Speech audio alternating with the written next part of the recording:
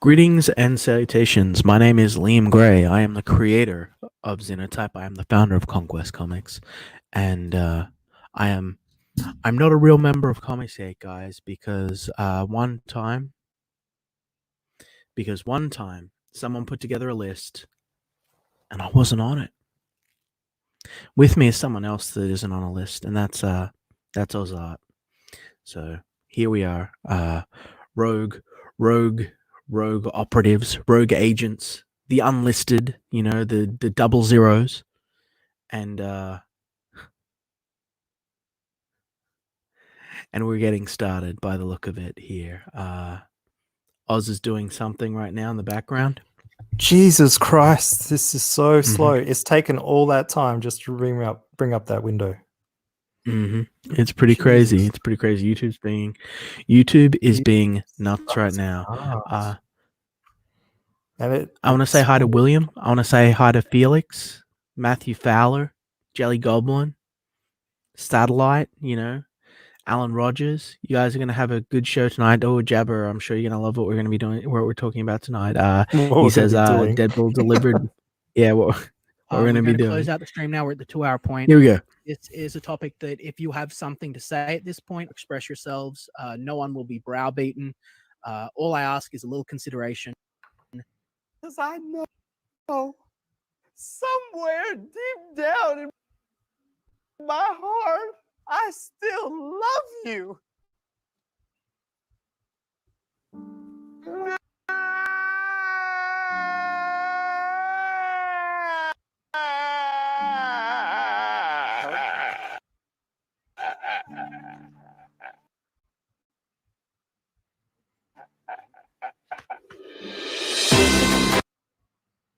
YouTube servers are overheating. YouTube's dying. Shut it down. Shut it down. Shut it down. We can't handle it. Oh, look, it's warming up.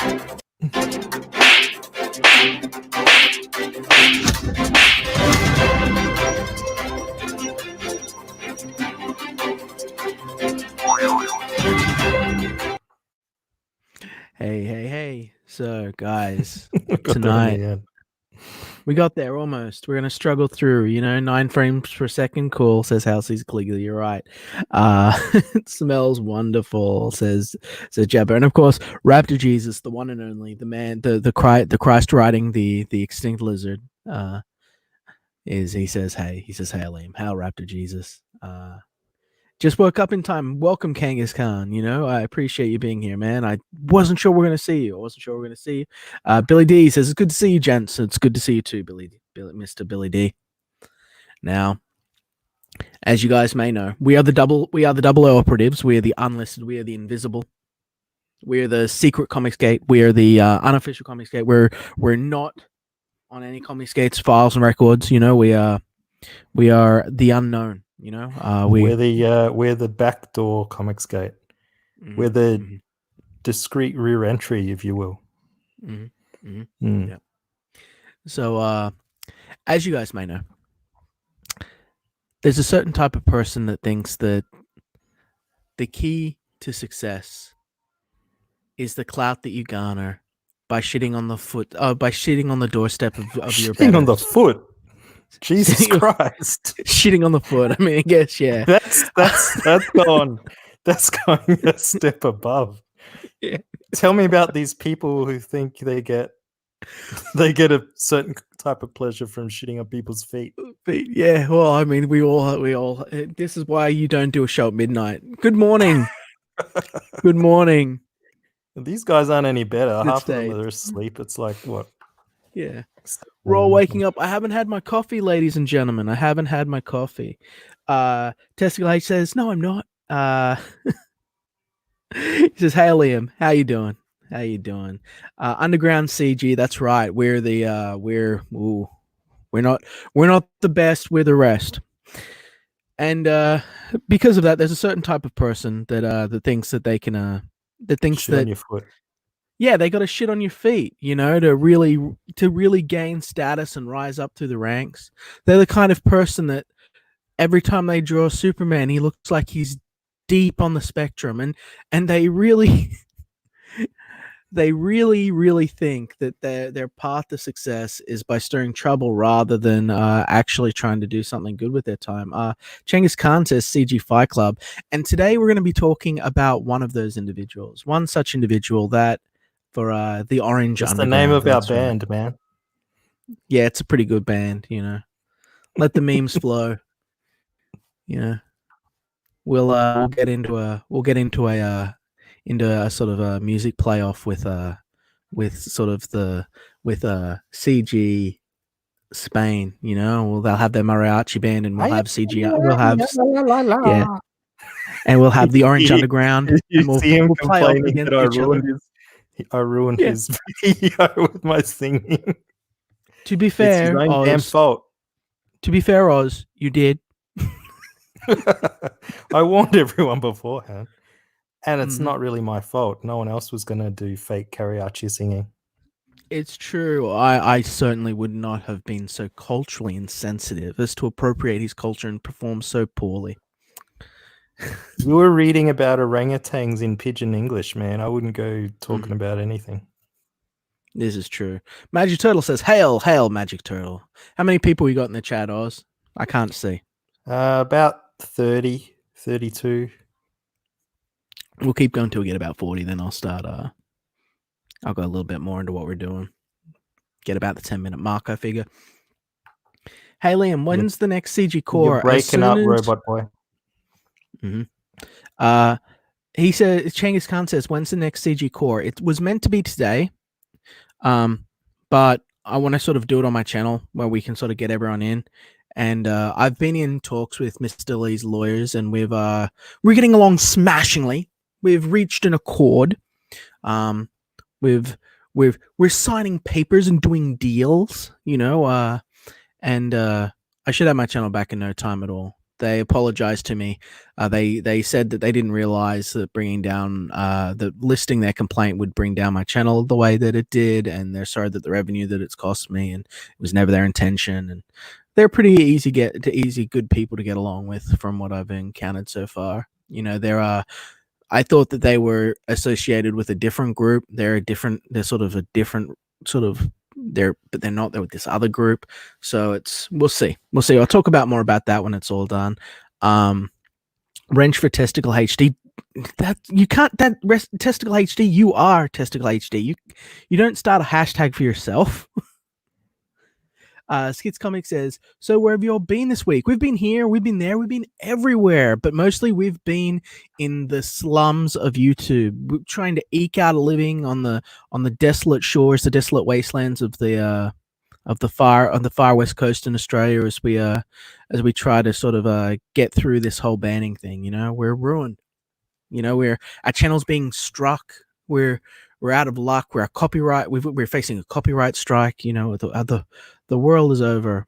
The world is over. You know, Johnny Rando says, wrench them all. Line them all up against a wall and wrench them all. I'm here for well-read user 1 and sketch, says Samba Gogo. Well, this is the wrong place for you. Oh, Mrs. Dong Lover is here. Hey, how you doing, Mrs. Dong Lover? How you doing? We're just stalling for a little bit more time. Is Mrs. Dong Lover related to Dong Lover? She is the lover of dongs. Like, he is the dong haver and she is the dong lover. They are a happy couple. They are a happy couple, you know? Mr. Dong Lover is very harsh on us in Kiwi Farms. No. You're thinking about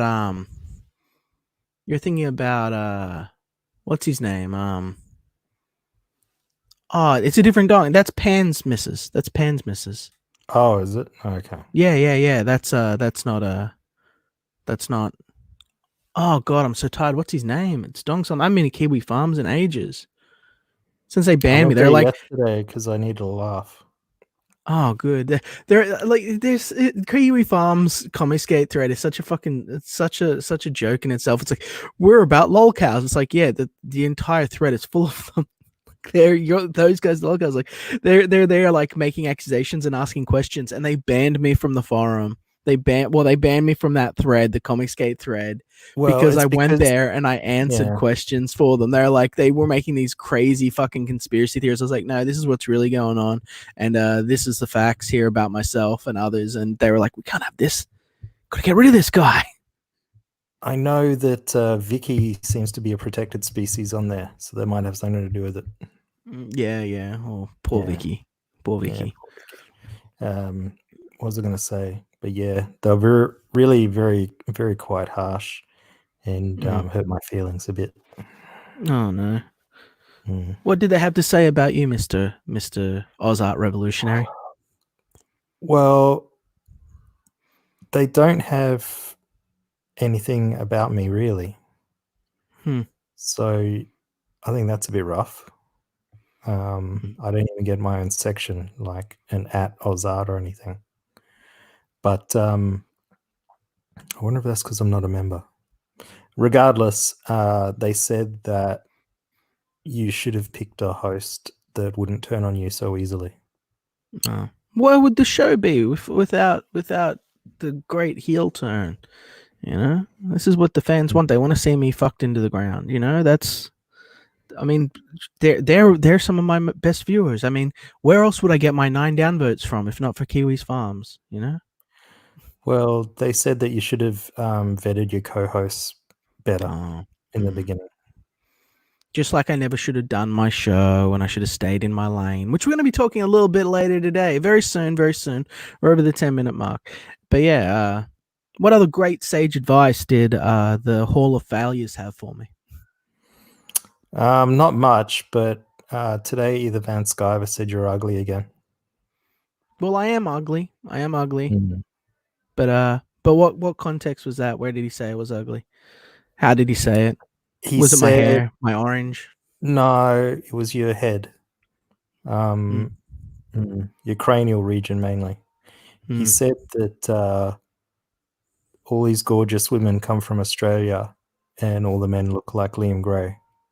Yeah. And I was thinking, and then they went through the list of all the handsome men that come from Australia, like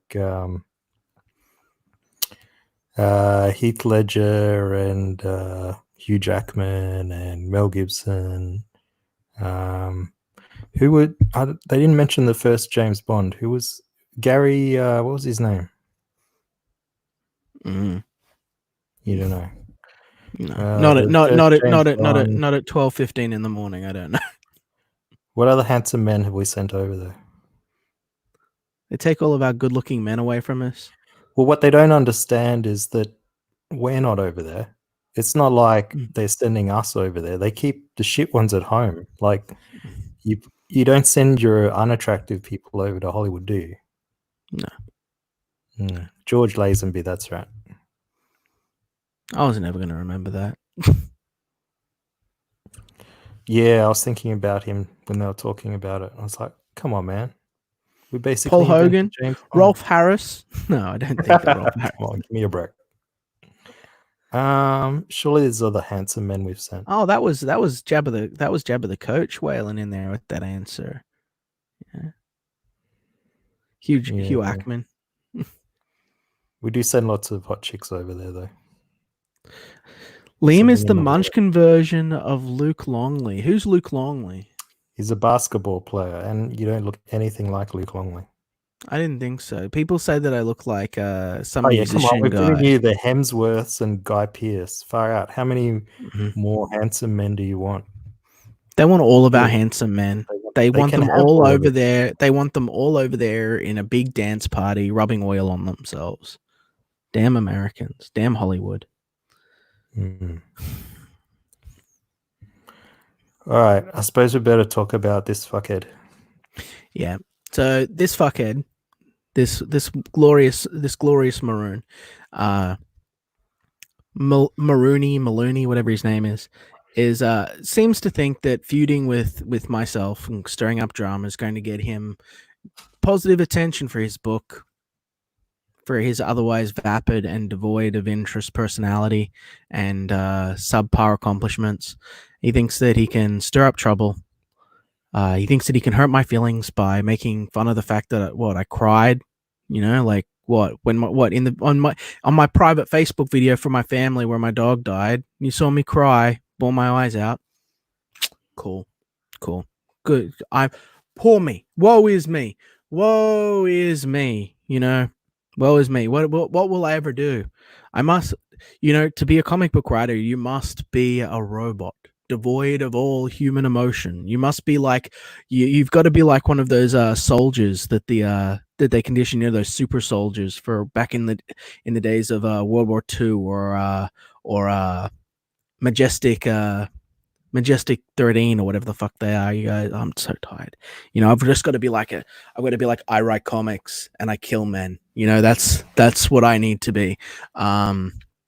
And he's going. We sent him an invite. We sent him an invite to come on to say his piece and sling his arrows and accusations. But he was too manly, too manly and bold to appear with us today. So instead he set us up to. We're going to apparently sell his book for him today, and we're going to talk a bit about why this guy is a real fucking clown. Essentially, he wanted to go on JDA's channel. So yeah, of course he did. Of course he did. That might give you an indication. Yeah, exactly. Come on, Tommy K to support this guy. But he'll only come on JDA's channel. He'll only come on Pocket Pussy's channel. Won't come on here to speak for himself. He'll happily go around and tell everyone that I beat my mother. He'll happily go around and say that I hoaxed the puppy incident. Despite you guys saw the videos, you've seen the actual receipts. I've released them. They're public, easily for people to see and find. See how much it was cost for things. Apparently that's a hoax too. That never happened. So I'm not sure what it is, whether they never got sick or I killed them all. They seem to go back and forward on that one. But let's how about we find out who this his name is Todd. His name's in the stream title. But yeah, you can Todd Mulrooney. Yeah, Malooney Tooney. I don't know. Fucking I don't even care. This is our favorite. He's gonna be a favorite comic skater. He's appealing to all of Comic Skate to sell his book. Yeah, so that's the plan. And we're going to talk a bit about his book, what we can dig up on it. We're going to talk a bit about his work history. And I'd love to just talk to the guy, but he's just there clicking downvote and striking my videos. Not willing to come on. Allegedly, and he's not willing to come on and speak to his defense. There's a word for him. I've heard it before. Wait, something. What is that word? He's a star fucker. He's a professional that looks down his nose at other professionals, but his work is. By gosh golly, gee willikers, ladies and gentlemen. I don't think I've found any professional work by this man who claims that he's a professional and that other people's professional work is not up to his standard. So we can look into all of this. Let's see what he's capable of. He wants my dong, Liam says, get down, demon. This is probably very true. He probably is someone who would be very thrilled to receive dong. It looks like he has not had a sexual experience in quite a while. But, appearances can be deceptive. Maybe he's getting fucked all the time. But he thinks he's the guy doing the fucking. So here he is. Now, to give a bit of background. This is the tweet that started, isn't it? Well, or has he been fucking around a bit longer than He's this? been fucking around with me for a long time now. Now, I never had beef with this guy. I never had an issue with this guy. I just he's one of these guys that are hanging around the Mike Miller camp, right? And he's one of the guys that was shrieking at me like an autistic manatee that I need to get in my lane and stay in my lane. That started around the time that Xenotype passed Bless This Meth, whatever that book that Mike did. When that happened, he was one of the guys that showed up and tried to beat me down into submission and silence and say, it's Mike Miller, you're no one, Liam. You're no one. You're no one. How dare you make money? So he's one of those guys. And I at that point I unfollowed him, and I sort of let it go. He continued to stir shit for me for about a week or so after there, posting a bunch of Ronald McDonald memes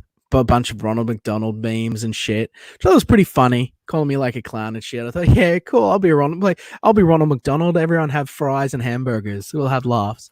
But he kept that up for a while, thinking that it was going to hurt my feelings. But I just laughed it off because it's fucking sad.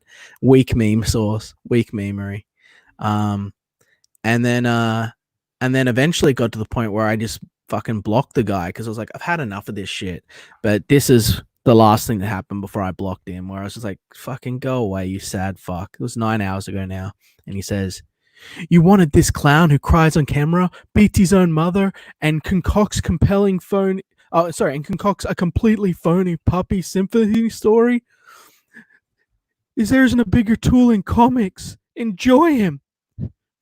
Pick better representation or flop around like a fish out of water. It's like, then yeah, this came out of absolutely fucking nowhere as far as I can tell. Like, I posted a link to last night's video and this was his response to it, So it's like, fucking hell. Yeah. You think he thinks he's going to get people buying Florida Man, but he's just fucked it because I'm now going to tell everyone what a cunt he is, and now no one's going to buy his book. Fuck him.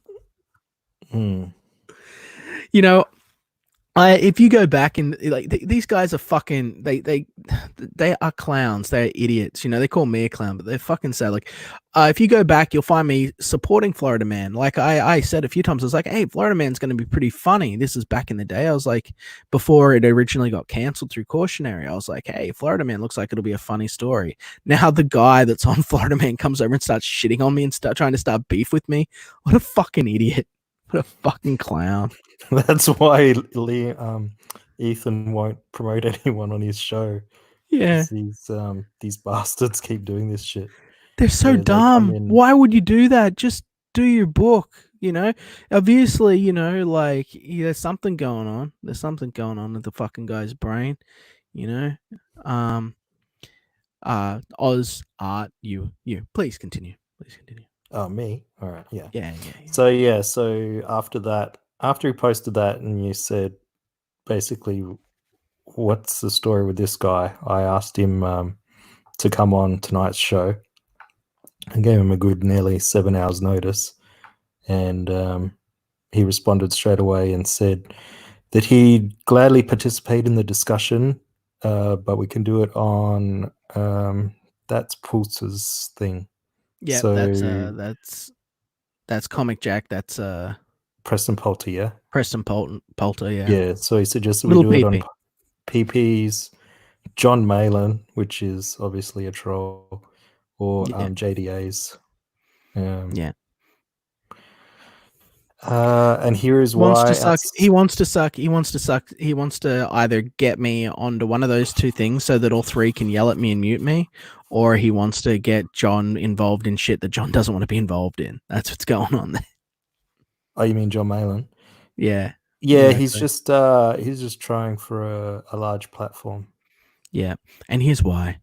Outside of first-hand knowledge and viewing the video firsthand of your boy crying like a girl, maybe we should show that. Should we show the video of me crying over my dead dog? Like, because they seem to think that there's something like that's a huge gotcha. Like, they're holding this sword of Damocles over my head because they had people that were on my friends list get into my Facebook and take the video I have of me crying over my dog 3 hours after he died.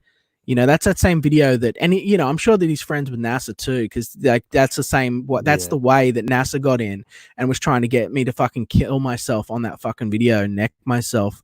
And they seem to think that it's like, oh, fucking fuck Liam, like, look, he cried. It's like, yeah, that was for my best friend and for my brothers who don't live local to see that my dog had passed away, and I'm not ashamed. I'm not ashamed of it. Maybe they've got some kind of they think there's some kind of correlation with Mundane Matt and him crying on stream. Like maybe I don't know. Maybe they think that the issue was him crying and not what he was crying about. Yeah, exactly. It's like, you went to a funeral and cried. Oh, you Yeah, baby. exactly. Yeah, exactly. It's like how it's like You're you fucking just idiots. like Mundane Matt. They have no clue. They have no fucking clue. It's like they're on the spectrum, seriously. So yeah, so basically I said, come on. He said, no, I'll go to I'll go hide in my hug box rather than standing like a man and speaking on my words.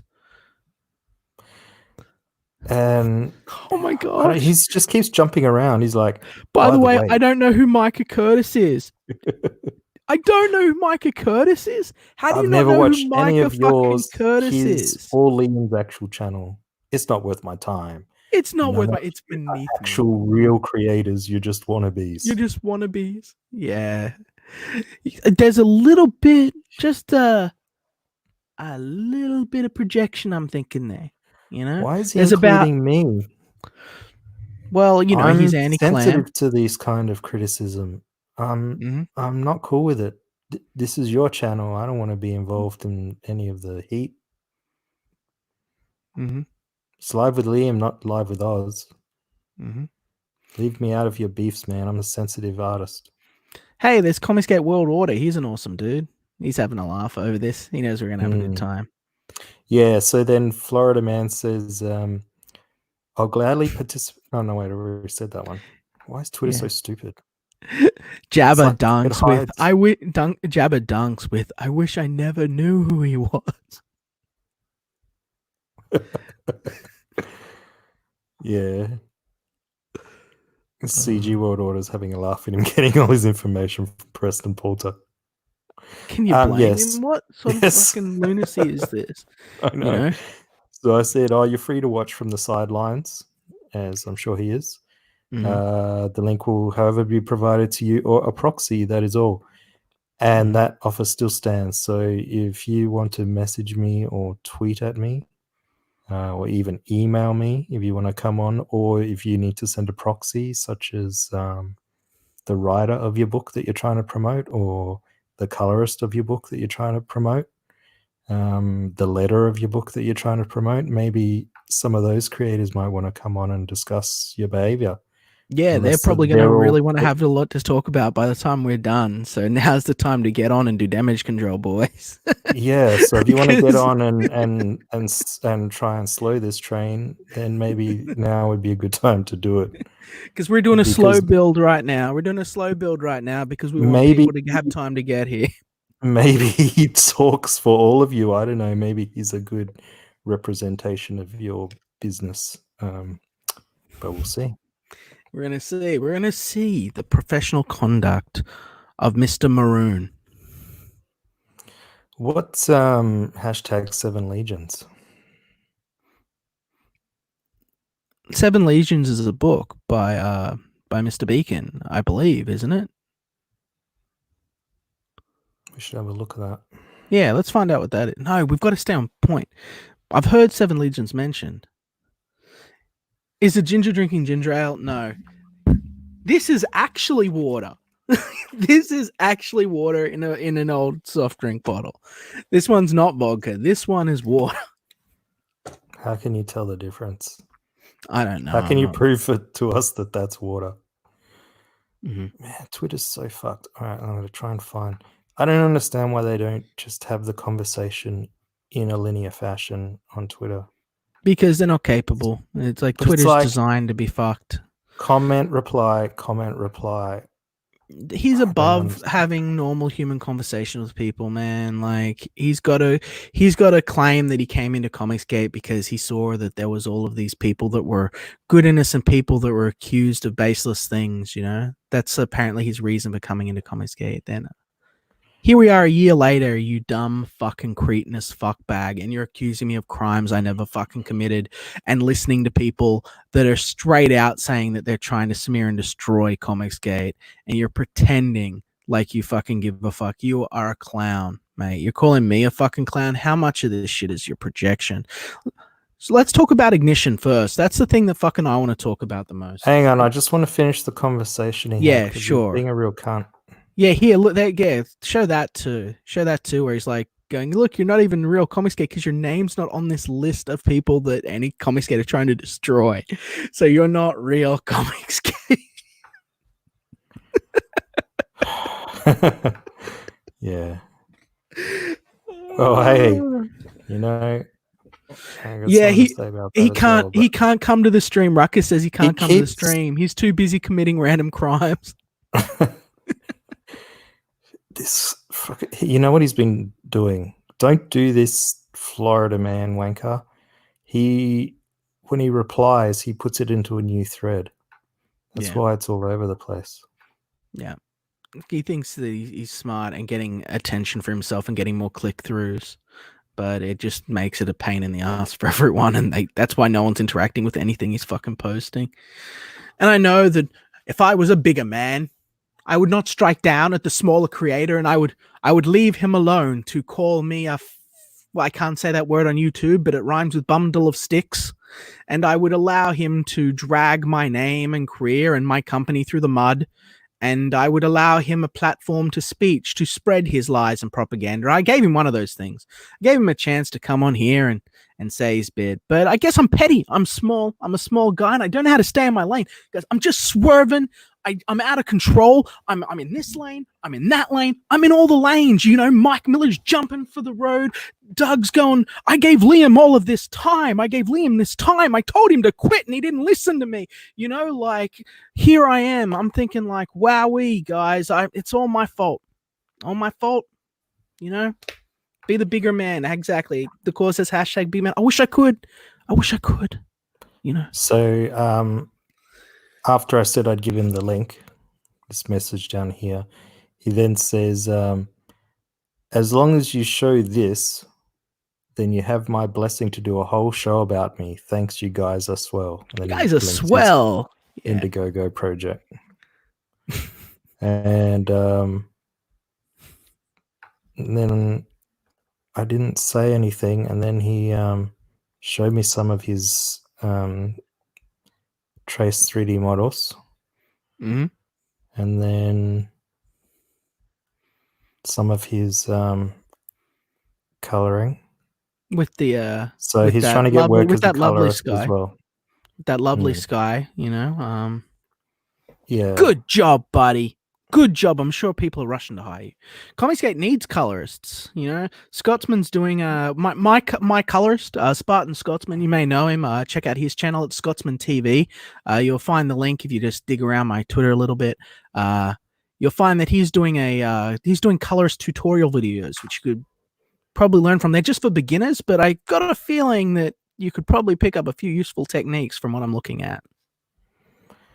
All right, so we'll ask the chat what they think about this. So he started going off, and I just sent this screenshot to him. So this is his what do you call it? His rundown on his Twitter. It says, Florida Man launching soon. Ignition, written by Shatman Rules and drawn by me, Mulrooney Todd. Looking forward to brining a great fun book. Hoping to generate some interest in the hashtag Comicsgate crowd who really stand by us creators. Mm-hmm. Followed by some people that I follow as well, including Kelsey Shannon and well, this guy, believe it or not, he's an old school comic skater. You know what I mean? He's been around for a long time. He came in sort of to the crowd as he was swayed in. He sort of looked over and thought, this is a cause I can join. He sort of jumped over and started hanging out with the Jesus Campaign lads. You know. He sort of attached himself to Art Bear like a parasitic twin, you know, so that he could give himself some sort of credibility. And of course, Art's too nice to tell him he's a fat fucking failure and a loser weirdo. But I mean, but you know, he's a real professional, guys, and he traces all the best 3D models, you know, and everyone else is a hack. You know, everyone else is a hack. We got to be more like Todd. Yeah. So, and at the same time, he's causing trouble with Micah. Yeah, he's coming over here throwing fucking hands at Micah. Maybe he can't tell the difference between the two of us. You know, It's possible. he said he didn't even know who Micah was. You know, it's not a good sign when an artist whose entire career is arguably based on a lot of this. You know, a lot of precision. Can't tell the difference between Mike or myself. You know, it's all in the sleeves. Just look for who has sleeves. That's how it's dead giveaway every time. Not every time. Todd, what are you talking about? I literally have no clue who you are, and you called me a fake creator. Then you said you got information from an unreliable source. What exactly did you hear? Exactly. What exactly did he hear? I can clear the air on things. You know, Mike is coming in here trying to be a respectable, helpful creator. Let's see where that lands in. All right. What's your response? Let's see. This is his response. You're not getting much right, Micah. Let me run it down for you without Acme props. You composed an accusatory tweet about me, by the way. Be careful. By the way, be careful. And I called you a wannabe, not a fake creator. And yes, nothing you created has any merit with me. It's just subpar. Can we just cut away for a moment and have a little bit of look at his work? I really want to see his Spectrum Superman. You know, he's got this great piece of Superman, and I have never seen a better depiction of, you know, Earth 137 Superman who has Down syndrome.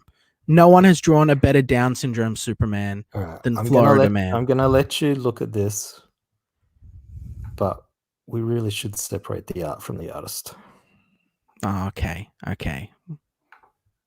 No, that's not the one. He's got another one. That I saw.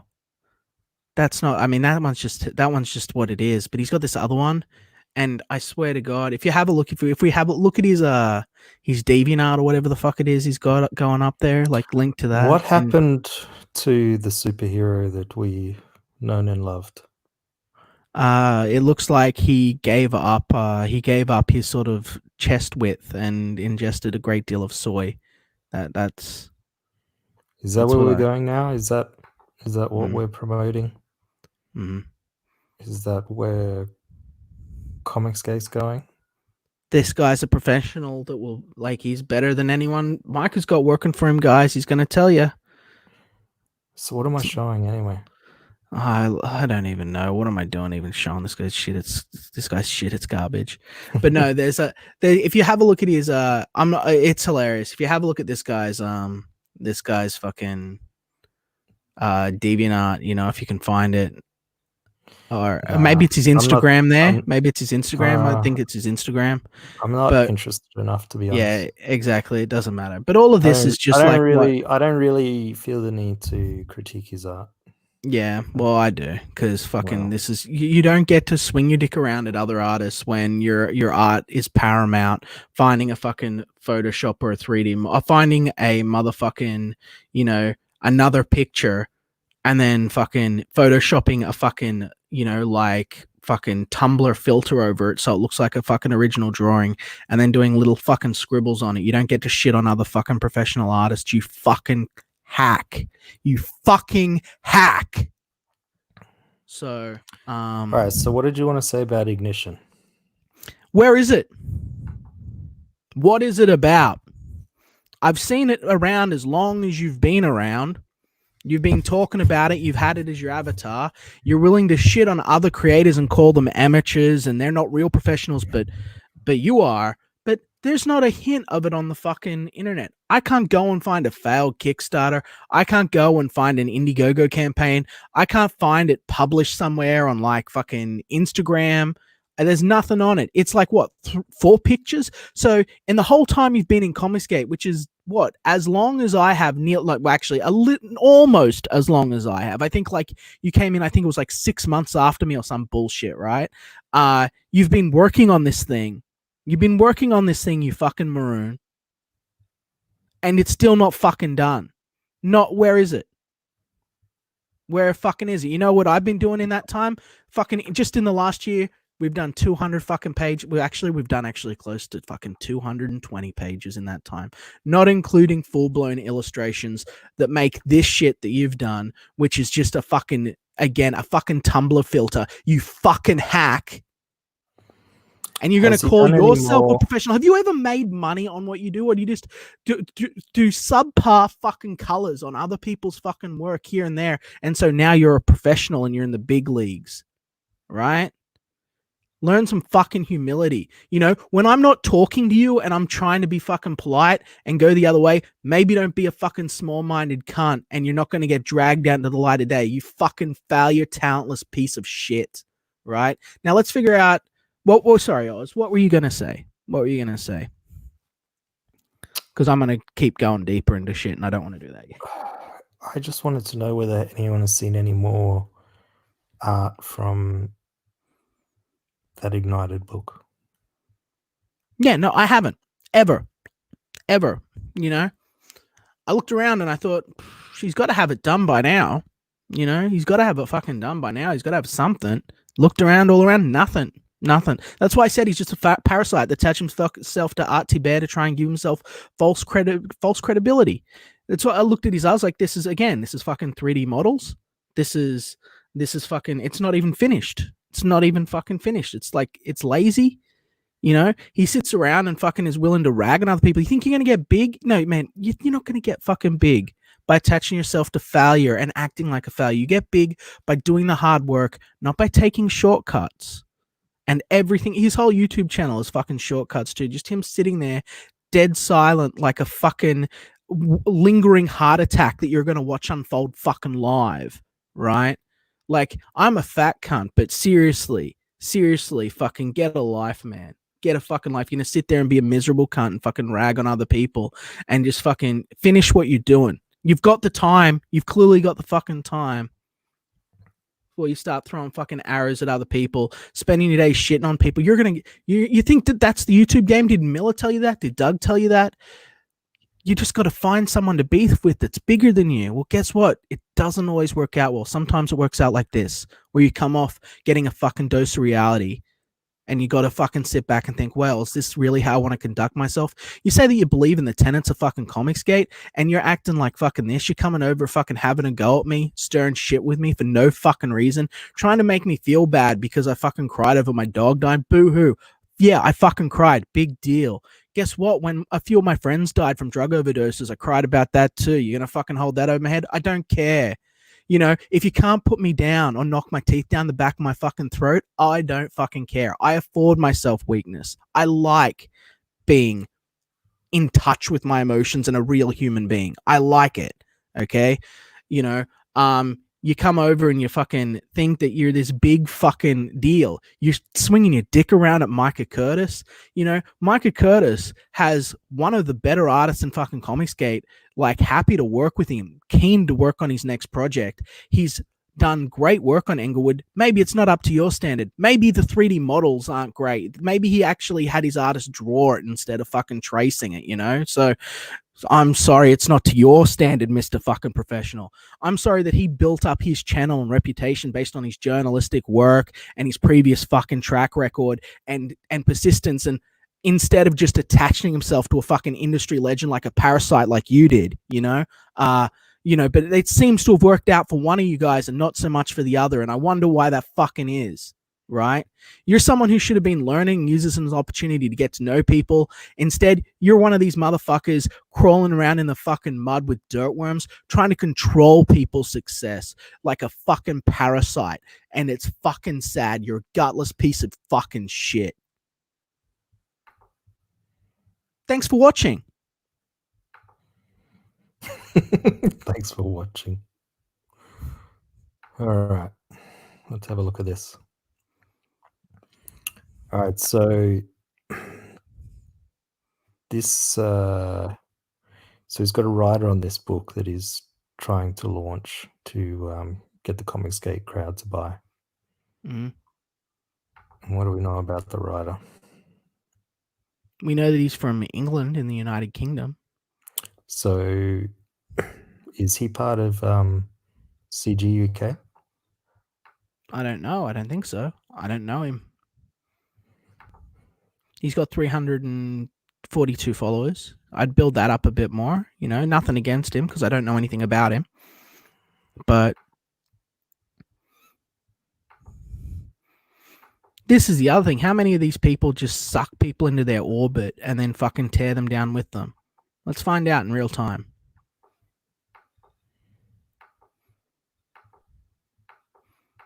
There's lots of gifts. Yeah. Do you want to just take his name? Well, he's like his Twitter user name, his Twitter handle, like Shatman Rules, and then hit the word Comicsgate next to it and do a search and see if he's talked about Comicsgate at all. See where he stands on that. How about you do that? That sounds like a lot of work. Alrighty. Well, you keep talking to the chat then while I do some Blues Clues and we find out what his boy's about and whether or not this project that they're working on together actually is ever going to get done, or we're going to see one page of it. Well, there's not a lot of... One minute. What's his actual name? Shatman Rules? Is that it? Is he Shatman? you got shit on the brain tonight. Oh, there it is. His name is Shatman Rules. Leon, like, look at his link. Shatman Rules. Let's see what Shatman has to say about Comicsgate, if anything. Doing some Blues Clues, boys. Shut down your Twitter now. They're looking. This guy actually references anything. Okay, a question. Comicsgate related. There's a lot of people depending on your point of view, positive, negative energy being thrown around. Is it going to be a gathering of pro Comicsgate creators or just a wholesale line of books? What's he talking about there? Is he talking about the the Florida Con? Maybe. I think Florida Con will be an absolute riot. I think it'll be awesome. Yeah, yeah. I mean, this doesn't seem to be anything unreasonable. I mean, this guy seems, at least publicly, no issues that I can see. Yeah, it doesn't look like he's got anything to do with comics, really.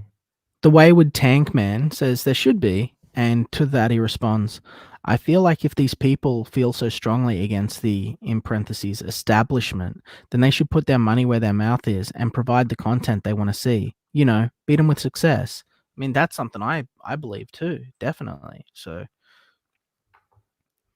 then it's followed up immediately with they're trying to do just that with Indie-Cron. And he says, cool, I'll give it a look. So, we all know how Liam feels about Indie-Cron. We all know how I feel about Indie-Cron. Yeah. The fuck is this guy's Twitter feed, man?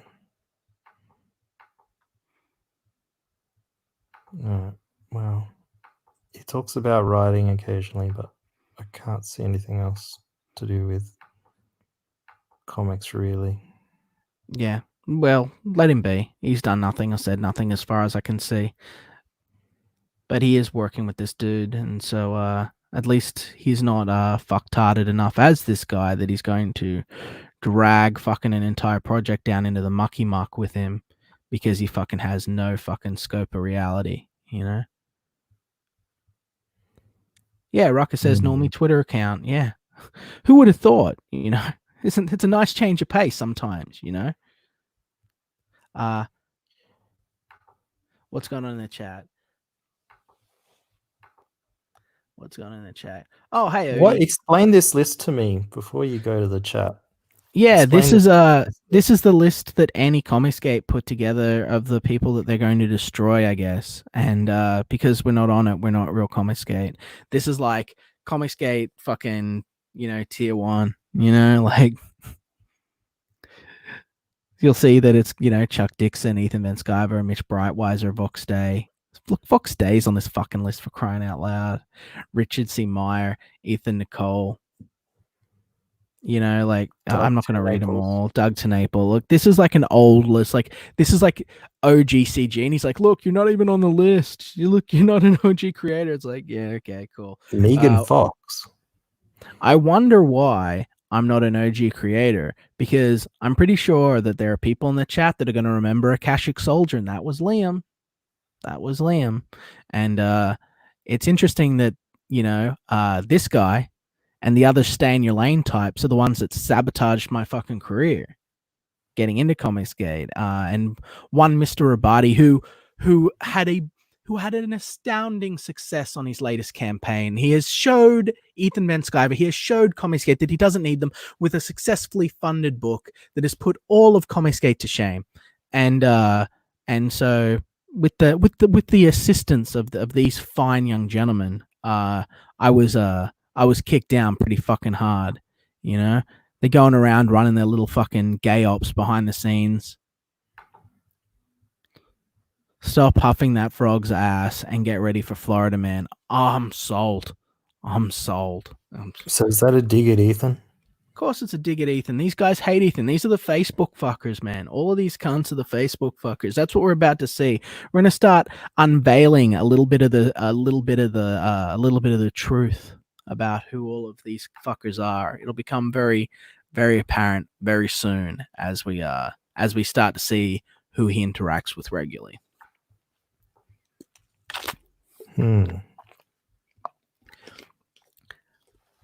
They are the Legion of Doomed because they are failures. They fail in spite of themselves. I figured, let's fucking put a bit of light on this dumb cunt, give him a chance to come on and say his bit, clear it all up. Jabba the coach says, I don't think Liam likes this guy. You get that? See, this is the thing. I'm pretty chill. I'm pretty easy to get along with, right? But if you keep fucking barbing me constantly, trying to get a fucking rise out of me, I'll give you a fucking rise. All right. You know who I feel sorry for? Eric Weathers. He has to work with all these crazy people. Hey, Tompa, we're friends. Do you think this guy deserves to be? Look, I'm going to cancel this guy. I'm going to be a social justice warrior to enrage them. Tompa's a buddy of mine, actually. We go right back. Do you think the Florida Man's a worthwhile project, Tompa? Look at me cancel him live. I'm going to piss him off. I do shit like that to piss him off. Delete social justice warrior things to annoy him. But he's not on this list. No, he's not. But I've seen him retweet Tompa a lot, and he's doing that a lot. But let's It's because he's retweeted art, and this guy's so far up art's ass. Up Tiber, yeah. Because Art's his only famous friend, he probably isn't that close to Mike, or Mike only gives him sort of worm whisperer missions, and without the credibility that Mr. Tiber gives him on his Pontificator show, he got nothing. You son of a bitch. What? No, you're not blocked anymore. Look. No, I am. That's Peter Gilmore. No, look. I think you're unblocked. Look, otherwise it'd be sealed off, wouldn't it? What? Pop over to. Oh no, you're blocked by Mandy. Ruckus says, "How stupid! Do I need to make a list of all the people that might end up committing crimes against? Only thought criminals on TV shows do that. The Spurg levels are high," says Ruckus. You don't say. The Spurg levels, I would argue, are very high. That's the thing, and these are the fuckers that are running around Kiwi Farms with their bullshit, their lies. It's like Kiwi Farms had a decent reputation once where they were like weaponized Spurgs. They were like war campaign before war campaign was fun, and now these fuckers just make shit up. What do you know about Sovereign Wolf? I know very little about Sovereign Wolf, but I've had a few people saying, "Hey, look at how great it is," and the art looks fantastic. So that's what I know about Sovereign Wolf. Because I see it around a few different places. Yeah, we should probably look into it on another stream. We'll get our detective hats on and have a look at Sovereign Wolf and see if it's legit. It seems legit. Dude seems legit. I'm sure he'll come on. Samba says Liam gives us all a big rise. Well, good. Have fun. Glad you're here. In my pants, says Raptor Jesus. Oh yeah. Secret Comics is the best kept secret. It was too secretive to get funded. Boom. Kaboom! Mike just lines it up, takes it down. Bill makes comics. Oh, this is I know him. He's one of the regulars on Mike's drawing shows. You know, he's actually pretty Drawn good. and Quarter. I was gonna say his drawing's good. Who is he? He's well, I mean, I've seen him for a bit, but like he's pretty good. But I think that again, he's sort of in the pocket of Mr. Miller, and that's that. You know, I never got Punchline. You know, I've never got any of his commissions or anything like that, but he's never done or said anything publicly to my knowledge to make me think, fuck this guy into the ground. But as you can see there, he's like going over Kickstarter stuff, I guess, you know. I don't know where he stands. I just know that he disappeared when the schism happened. Right. So fair enough. Lines were drawn in the sand in the great Van Sciver Miller War, and there were millers and windmills, and there were great fields of golden wheat and radiant sunlight, and they were divided, and the armies aligned. And there was Comicsgate and kind of Comicsgate and a bunch of really gay anti-Comicsgate people and War Campaign. And there was a great war and a feud occurred, and then Comicsgate overwhelmingly won and marched off the Millerites into the fields and the hills in the distance, into the bankruptcy lands, and they purged their lands of the soil. They purged the soil of the dirtworm, and there was much rejoicing. But and we saw no more of these men. That was that's how it happened, or something. I don't know. Mike Barron's a good writer. He deserves a much better artist, says Mr. Fowler. He writes Punchline. Bill's cool. Okay. Mike? No, that's not it. I was going to say is Mike Barron Nexus, but that was Mike Elrod, wasn't it? You're just saying yes, but you don't know. No, I actually don't know. My brain was like going through files. So she said that. I was like, yes, no, but I was just making noises. I'm pretty sure it's Mike Elrod, but maybe someone in the chat would know. I don't know. There weren't that many Nexus readers. Yeah. All right. So yeah, look, I feel sorry for Eric. He has to found his DeviantArt, Ruckus. Yeah, have look. That's where you'll find the autistic Superman.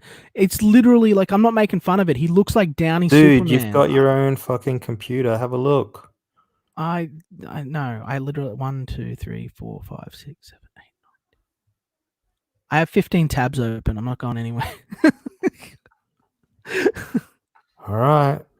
Yeah, no. I'm just saying that Ruckus has found it. I'm just telling Ruckus to have a look. He'll have a laugh at it. You know, like it's right there at the top. Can't miss it.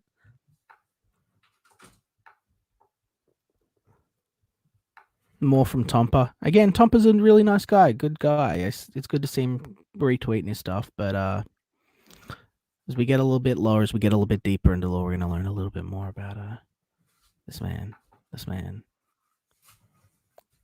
Yeah, it is Mike Barron on Nexus. On Nexus. Nice. Yeah, and he did Badger. Yeah, yep. I know him as the Badger guy. I didn't realize he also did Nexus. And then War Campaign rode in, led by an army of raptors, and we was victorious, and there was much rejoicing. Exactly.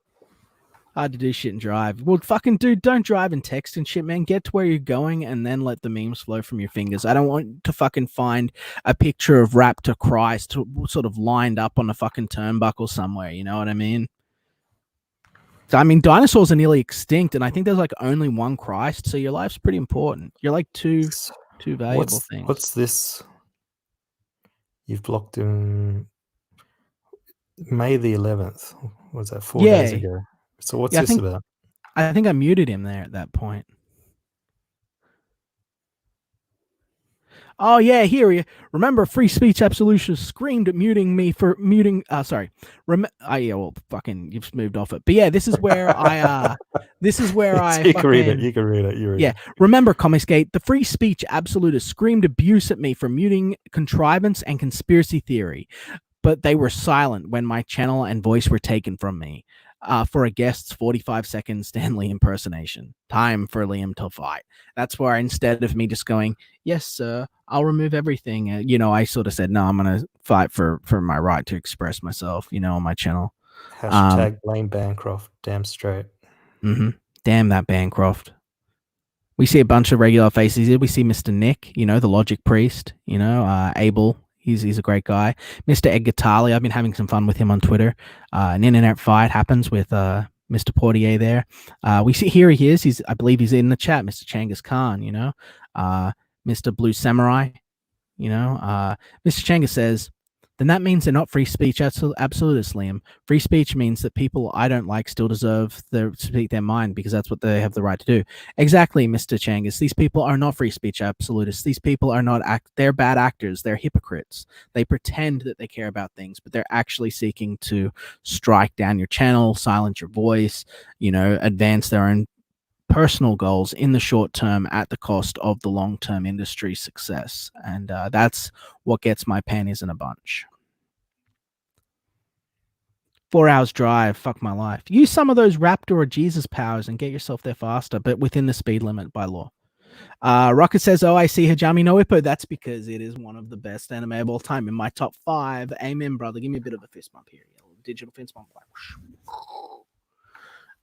I'm so gay. So Dan Marshall, Black Dragon, amen, brother. Let's fucking talk real. Dude, look like Stanley was promoting a book. Yeah, this is all sort of sorted out and done. This is all done, so I don't want to talk about this. Let's get back to the actual topic at hand. We can talk about all of this when everything's all resolved. We'll do an episode about it. Be fun. But he's like, fine, but don't play victim. You are no victim. I must break you. Well, you're not going to break me. You're fucking an obese weirdo loser that can't finish a fucking book. You throw slings and arrows and shit. How do you have work? Who hires you? Who hires you when you have no finished history, but you're a real professional? Written by Mike Barron. Why does Mike Barron work with you? Launching so don't miss out. Like, fucking, what are you doing? You're going to tank his entire fucking project, you fucking sad fucking weirdo, right? Get in your line, Liam. Can you imagine? Can you imagine coming up to a fucking stranger who's succeeding in their business and going, fucking get in line, like fucking bend your knee after you did everything in your after they did everything in their fucking power to sabotage your fucking career in the first place, to make you fucking fail, and then when you succeed in spite of their failure, they try and fucking rein you in like they have any fucking authority, like their faux friendship ever meant fucking anything. You fucking sad weirdos. Sad fucking control freak weirdos. They're all the same. They're all the cunts trying to control the market, trying to control speech, trying to control thought. But he is here because he's fighting against that. Right. That's why you use those same tactics. Fuck you. You're fucking Mulrooney. You're fucking Mulrooney. That's what you are. Fucking sad loser. No drive, no talent, no fucking determination. Just sit there like a big fucking fat lump throwing fucking arrows and slings at me. Ah, here we go. Look, it's your favorite. Exactly. Boom. And here we see he's buddies with NASA. Back NASA, 6 more days, that horrible, he's NASA's cover with the fucking deformed fucking grave NASA, deformed corpse NASA crawling from the grave with the wolf knife in his back. Poor NASA, who was betrayed by John Malin, when he leaked John, he was betrayed by John Malin. He was betrayed by Ethan Van Sciver. And he looks up at the sky and he says, Why would you betray me? I'm just a child. It's not my fault I tried to betray you and ruin your careers. You betrayed me. Woe is me. Don't play victim, Liam. But NASA's doing that. Fuck NASA. Jason Robinson's another guy that he's the Spawn artist, guys, who NASA was working with, who NASA rode into fucking failure. Come along with me into decimation and poverty by using underhanded business tactics. Let me tell you something. You can take a life lesson. Get on my knee, Mr. Mulrooney. And Liam's going to tell you something. People are backing us not just for our books. They're investing in our future because they think that we're going to do the right thing. So when you do dirty, sneaky, and frankly stupid shit, You fuck yourself, and you don't just fuck yourself, you fuck everyone you work with. You think that people aren't going to back my book because I cried over my dog dying? You think that people aren't going to back, you think that people are going to give me a mass refund because of anything you fucking say? How about this? How about you stop thinking about what I'm doing and you start thinking about what you're doing? Because as far as I can tell, for 2 fucking years, you and your crony fuckwit loser weirdos have been running around trying to control who can and cannot succeed in Comicsgate based on a gossip whisper network of who does or does not stick their dick in certain people that you like or do not like. How about you let all that high school bullshit fade away and you focus on your fucking work and getting it done? You fucking sad little fucking weirdo. So NASA's book couldn't get funded. No, failed. Of course it fucking failed. He's nothing without Comicsgate. It was charity that he fucking succeeded in the first place. I mean, I'm not trying to be nasty, but the dude is a no talent fucking hack, right? Like, that's not me being like, oh, I don't like NASA. He is not a talented writer. He needs to improve drastically, and we all have to start somewhere. But fucking, he is too arrogant and up his own ass to ever fucking succeed. And here we start to see that all of these fuckers that are all band together, all the Worm Whisper Network, we start to see they all bolster each other up. They all support each other in their failure. And they'll never get anywhere. They'll never do anything with their fucking selves, you know? Sad fucking losers. Jason has decent skills. Cool. Well, you know, part of that is knowing who you work for, and maybe don't work for someone who's literally trying to rag on, you know, fucking Comicsgate. You know, like if you really want to have a future in the industry right now, associating with the writer of Stardust and Trixie Kane isn't a way to do it. You know. Felix says Xenotypes is 521 backers. I want to thank you guys. Thanks for that. You know, if my kid writes better than NASA, says Mrs. Donglover. I'm sure he does. He's surrounded by a bunch of kick-ass Teenage Mutant Ninja Turtle stuff. That automatically means he has better source material than NASA, you know, who just sort of has tears and shame and self-loathing, you know, as an origin for everything he does. Yeah, I saw that he was retweeting a bit of Mr. Bancroft. You know, he must really must not like that we get on. How NASA needs to go back to grammar school. NASA needs to go back to grade school and learn fucking some basics, you know? NASA did have potential before he went against us. No, he didn't. NASA was a failure fuck from the very beginning. And he has no desire to improve his ability. He has no desire to actually get better. He fucking is just an opportunistic parasite, like all of these cunts. You know, they are just a parasite on the body Comicsgate that are just sucking away going, I deserve success. You know, you wonder where the people that don't fulfill campaigns come from? Ding dong. You worry about the people, you want to know where the people that, you know, don't fucking finish their books are? Ding dong. You know, you want to know these motherfuckers that, you're telling me in fucking 2 years of sitting on your fat ass every day, you couldn't fucking finish one book? Not one fucking book? Dan Why says, is he tagging Bleeding Fool into his things? Because Bleeding Fool is the writer, I believe, for this project, is he not? Florida Man is coming, getting in early here, signing up. Yeah, I believe that it's the owner. Like, I might be mistaken, but Bleeding Fool has something to do with the production of the book. Oh, okay. I remember hearing something about that like a few weeks ago. Dan Marshall says NASA professionally screwed over so many good people. Exactly. NASA is a real piece of trash, you know? And he was entitled to his success rather than being grateful for it. He had an opportunity to grow and be surrounded by some of the most innovative artists of his time and learn. And instead he bitched and moaned at them like a little what was that other book that Ravage Kill All Men? Ravage Kill All Men. Is that what this is from? Yeah, it was. I know that Ravage Kill All Man had a crash, so I know that when Ben Hennessy closed down Cautionary or sold Cautionary, that there was a crossover that was being done or something, and that sort of got tanked. And I think no, that's one of the variant covers. Whatever happens anyway, like fucking the whole thing's a mess. This whole thing's a fucking mess, and you know, you got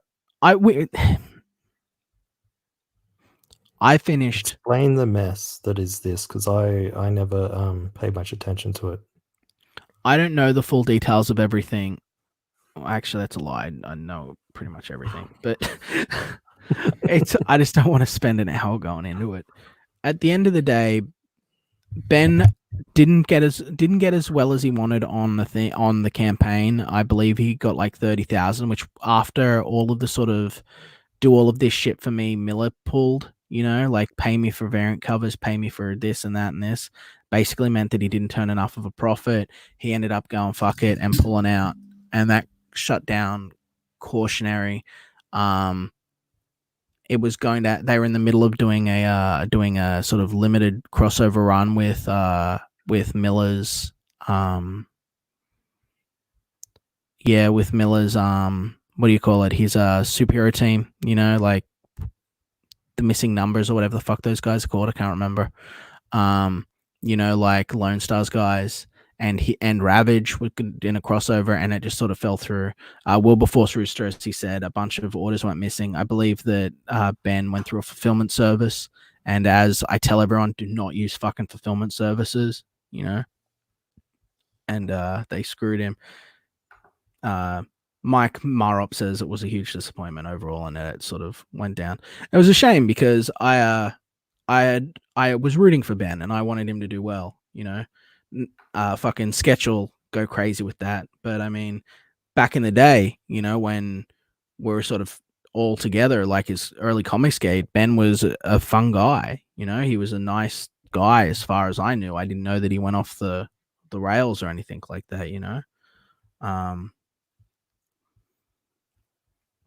And I mean, I wanted everyone to succeed. I wanted Florida Man to succeed. I thought it was funny initially, the idea of taking this sort of living meme and just having it all be this one guy, like it's sort of like this Florida version of Chuck Norris, except it's all the Florida stories.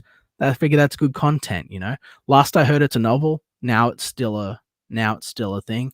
You see here, he's trying to attach himself to art. He does that a lot. Like he just constantly tries to I'm Art's friend. It's like, I'm close to art. It's like fucking. I very almost actually wrote an email to Art and said, like, look, we're going to be doing this tonight. So I don't want Art to catch shit for anything that this other guy's done. Because I kind of truly believe that Art's sort of his own guy and is friendly enough that he just puts up with this fucking Klingon, like, fucking weirdo. Is he involved with him at all, though?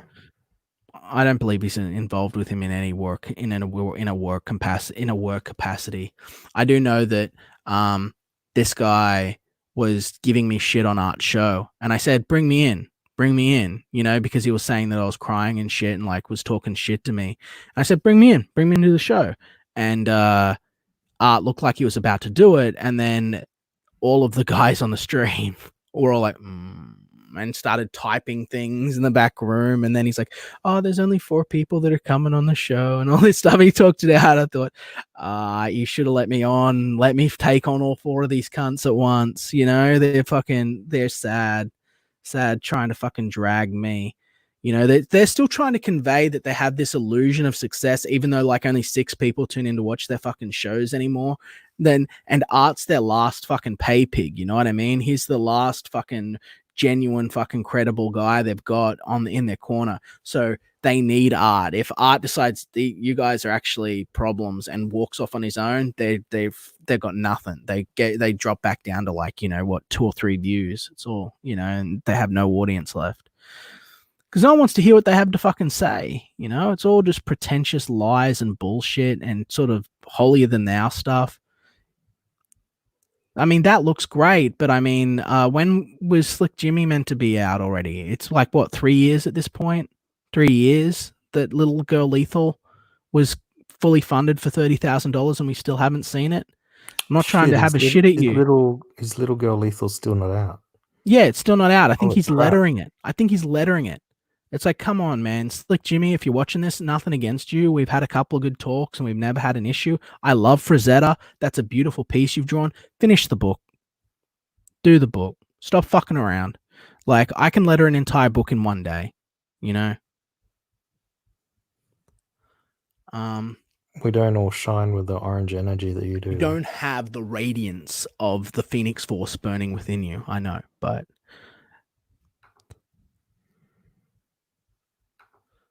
Little Girl Alright, Lethal never come out. What's taking that long? I don't know. That lettering apparently is taking a while. I don't know. Apparently they still have the money. That's what he said on the stream that I was on with him ages ago. Like he said they still have the money, but they haven't finished. I don't know if it's just taking him a while to draw it or if there's something shady going on. But all these rags guys, all like all of that old sort of that corner of Comicsgate, they're all shady guys. They're like, there's a reason that they fear and hate War Campaign, and it's not because it's not because. Wait a minute, go up. A little bit more. What did he say about Bancroft's stand video? He said it's brilliant after giving me shit. All right, go down. That's that. He's not a hypocrite, guys. He's not a hypocrite. That's the video that got me struck, by the way. The one that was so terrible that you can't believe that they would do that. But brilliant when he first saw it. He thought it was great. It was before it was on my stream. Then it became the worst thing ever. There's the pontificators, Look who showed up in Florida. Yeah, let's not. And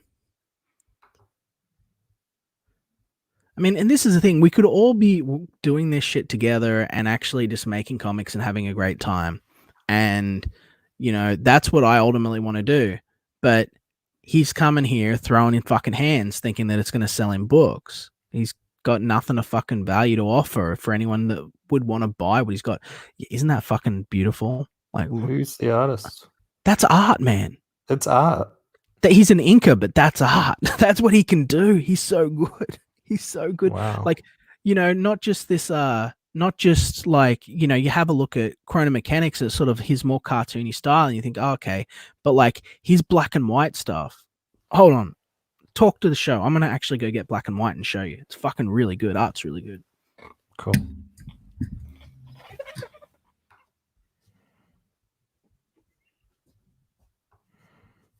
I'm not bothering to talk to you guys.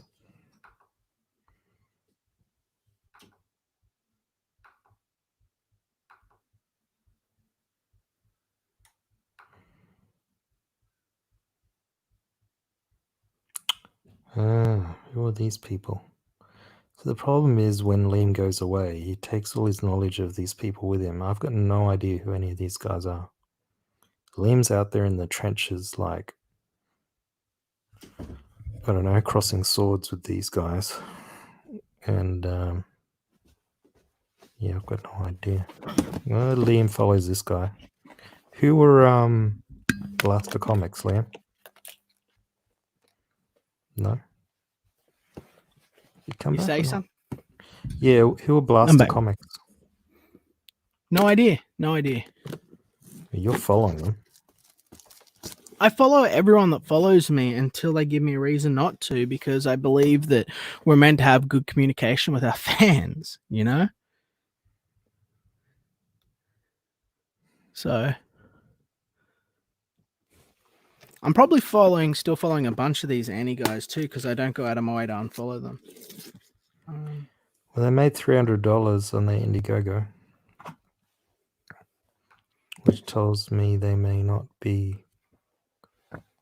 Well, they got Comicsgate in their title. Let's go have a look who they are. Yeah, let's go have a look. If they're a small little comic skater and they're legit guys, we'll give them a look. Because we just don't want these people to get caught up. That's what I was trying to. Well, I was going to say to the guy, like, when he was casting all this shade, I was like, maybe you should take this time to think about all the other people that are around you. Exactly. The collateral fucking damage you're going to get. Collateral damage, because there's all these people that are actually Comicsgate. And then this guy's kind of, I think he might be just like a grifter. Yeah, he's a grifter. He's running around like fucking, he's running around rubbing dicks with Delarose and fucking Little PP. What do you think's happening? Like he's fucking playing Littlefinger games. And and it's kind of like, I'm just going to try and grift some money from Comicsgate, even though I'm an anti-CG. and just pretend. And he'll But- laugh about it. He'll laugh but it's about so it to his clear. friends. Yeah, he'll laugh about it to his friends. And he's like, oh, I'm just here for all the customers. No, you're not. You're a piece of subhuman trash. The worst thing that anyone fucking does in this movement is steal from the fucking fans to just try and take advantage of them. That I have no fucking pity or mercy for that. I have no fucking reserve. I'm a purity testing machine, as they say. Beep boop, fucking beep. I'll say you're a dirty cunt, and I'll let everyone know. I am the fucking media of Comicsgate. I will shine a fucking spotlight on you, and I'll say you are fucking scum. You can tell the sort of garbage human being he was just from the way that he's fucking looking the way that he's talking to Micah Curtis. Micah Curtis comes to the guy and is like, oh, hey, buddy, what's going on? Rah, rah. And he goes, I don't even know who you fucking are. Well, what, you haven't watched one of Ethan's streams in 2 years? You fucking parasite, you fat fucking parasite piece of garbage. You fucking lazy, dumb cunt. You no skill. Tracing motherfucking piece of shit are going to come in and lecture us about fucking morality and ethics while you've got fucking nothing to show stuff. You're a big professional. What? Someone throw you some fucking PayPal money to fucking trace something or color in a coloring book one time. What's your fucking professional history? You fucking sad piece of shit.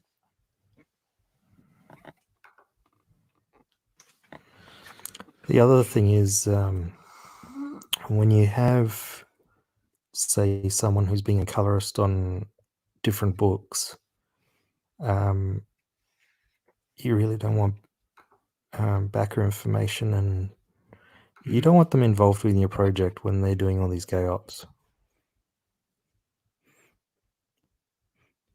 Like, art is so good. Like, look at this, man. Yeah. Oops.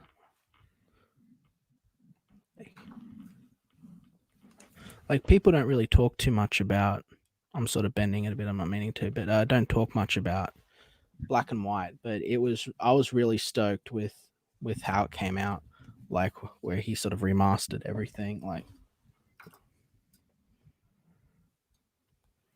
But yeah, no, he's a very talented artist, you know, like his work on Super Sons as well is seminal. Take my banner down. Show some more stuff again. For some reason, it's not going to full screen. I don't know why. Doesn't matter. It's all good. Let's get back to what we're talking about. The peasants are revolting. That's right. I'm gone. I'm back. But now the clam is huge. That's what she said. I have become more orange than the most orange of men. Black Dragon sees all, says Ruckus. Amen. And that's the thing, you know, we want to give an equal fucking shot to everyone who's coming up, everyone who wants to do something. But that doesn't mean that you get to be a piece of shit. There seems to be people that are of the mind that it's impossible to just be a decent human being and sit down and produce comic books. Why? Why is that hard to do? Why is that hard to do? You know, you're going to tell me that I need to stay in my lane. You're going to tell me that you're going to shame me because I fucking succeeded. Like, exactly. What a shit show. Fuck them. I think he's talking about our show. Oh, well, it could be. Fuck us. Just fuck all around. The big fuckery fest. Well-read user says you are the Orange Sun. That's right. I am the Phoenix Force, my brother.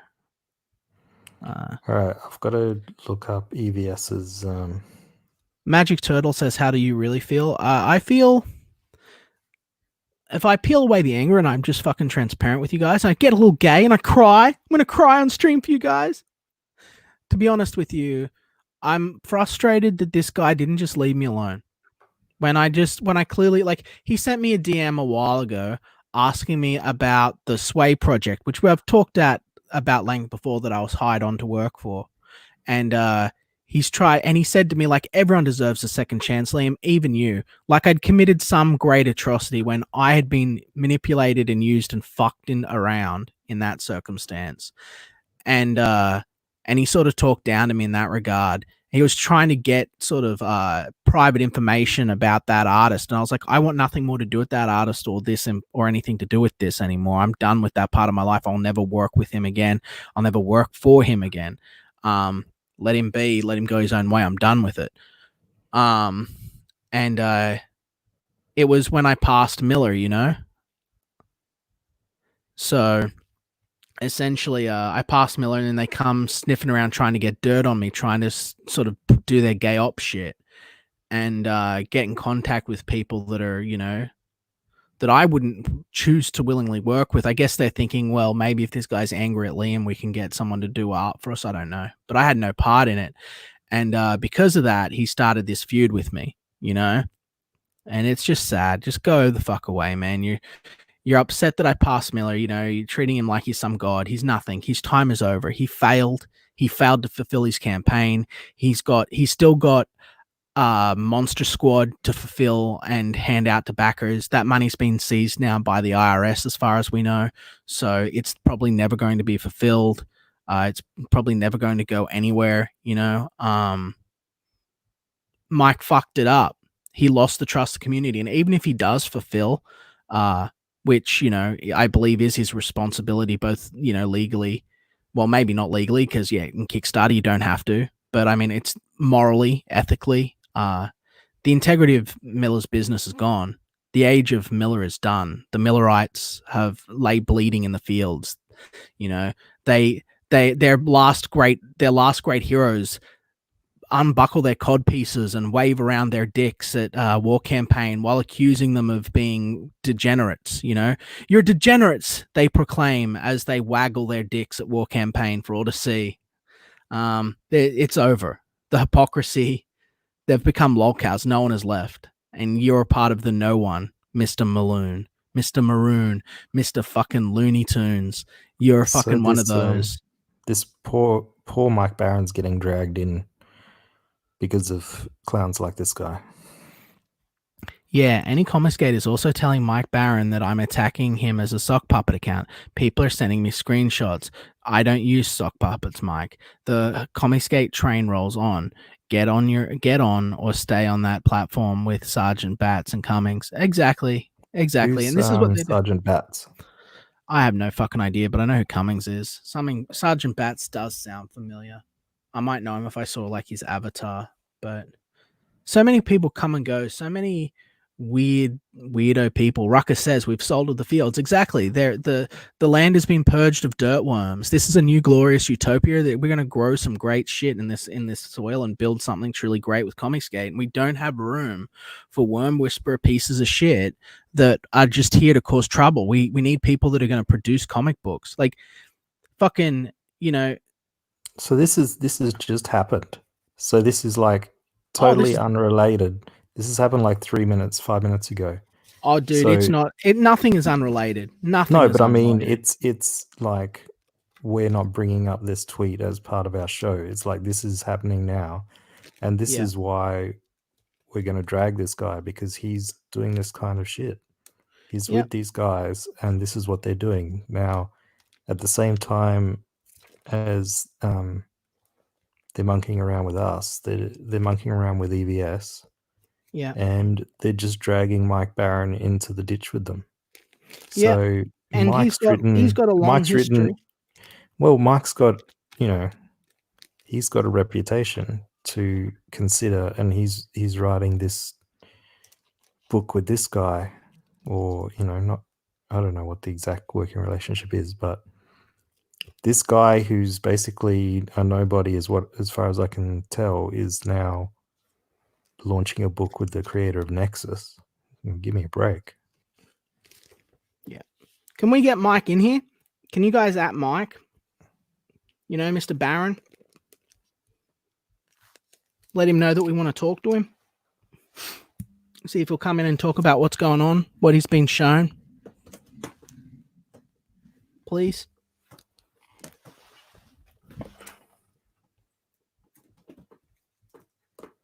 I'm just putting away. People have a lot to offer. And when is Orange Pill one of your followers? I don't know, but he should be. He should be. If he's not, I've got to win his heart.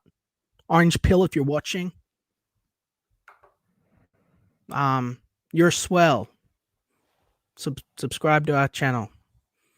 Give me a follow. No, he's not followed by anyone I'm following. He's probably no one. Everyone's someone.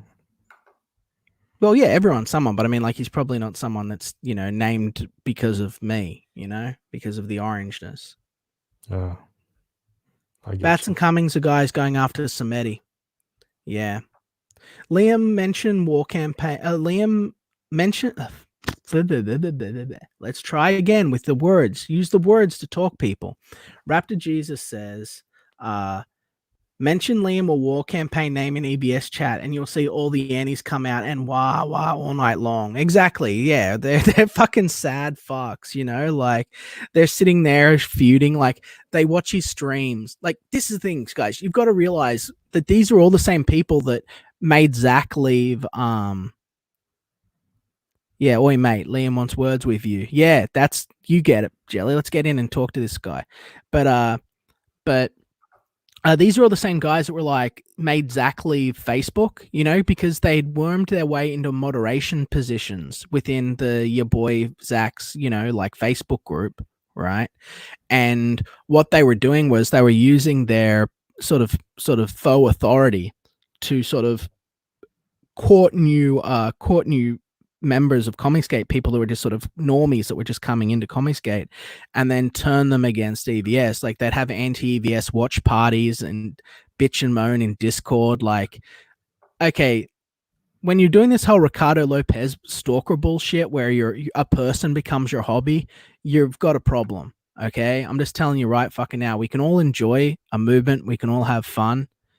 But if your whole fucking life is sitting there worrying about fucking Ethan Van Sciver and what he's doing, and you're just fixated on it, and you just, all you do is bitch to your friends about Ethan Van Sciver, you need to get help, you know? Because next thing you know, you're going to be painting your face 2 different colors and blowing your brains out, you know? Fucking get help, you know? So this is who the guy's hanging around with and promoting.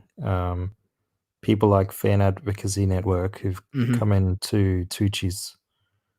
Tucci's just promoted the last day of Cyberfrog, and they've come in Fan Advocacy and basically shat on Tucci. And then Pocket Jacks. Keep shilling for Ethan; it will pay big dividends. Pocket Jacks, you fucking.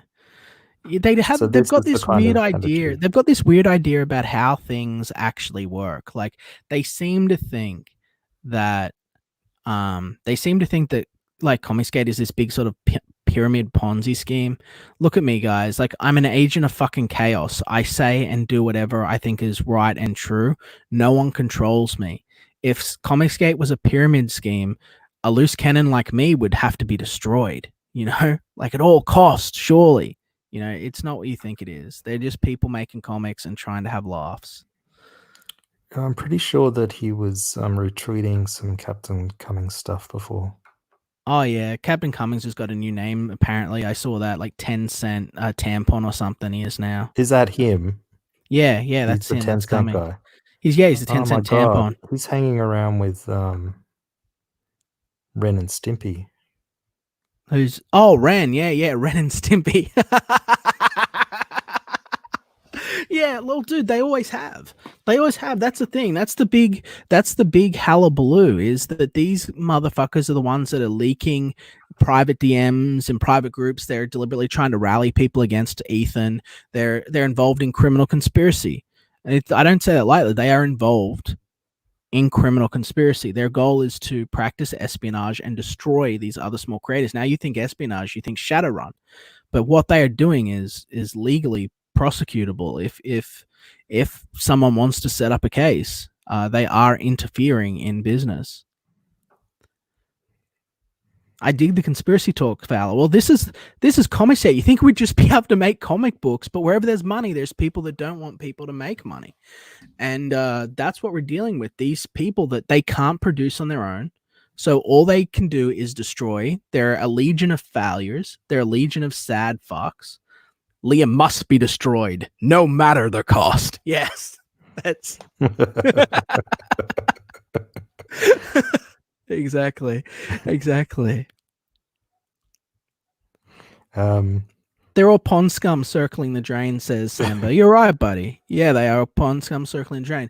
And for me, like, you've got to understand from the very beginning, guys, you know, I put my heart on my sleeve. I'm straightforward with you guys, even if I look wrong or like a fucking idiot, you know. But at the end of the day, like, I'm here not to try and succeed for myself. I want to succeed for myself, but I want the industry to survive. That's my goal. And when these people just are so full of spite that they want to destroy me and destroy people like me who are going to give their life to this and do the hard work that no one else wants to do, it's indicative that their words mean nothing. When they say, oh, I just want comics to be good again, they don't actually want that. What they want is money and control. You know? Look at this wall, man. Yeah, it's beautiful. It looks like I built it. Oh my god. Mm-hmm. What's the wall? Where'd that come from? I'm just looking at Mike Barron's page because someone sent me a message with his Twitter handle, but he doesn't have DMs open, so I can't invite him on. Ah, that's a pity. Yeah. Well, he doesn't have I've me got on 7 DM. messages. Let me have a look. Well, Mr. Barron, again, if I realize that we've got a reputation for being the shock jock bad boy punk rock radio of the internet. I know that's a hard pill to swallow, but if you're willing to dance with us, brother, if you're willing to come on and tell your truth, we'd love to talk to you at some point. Please reach out to us, and we'll have you on tomorrow or the next day, and you can talk about how this experience has been for you and get to know the community a bit. And why you're retweeting John Delarose?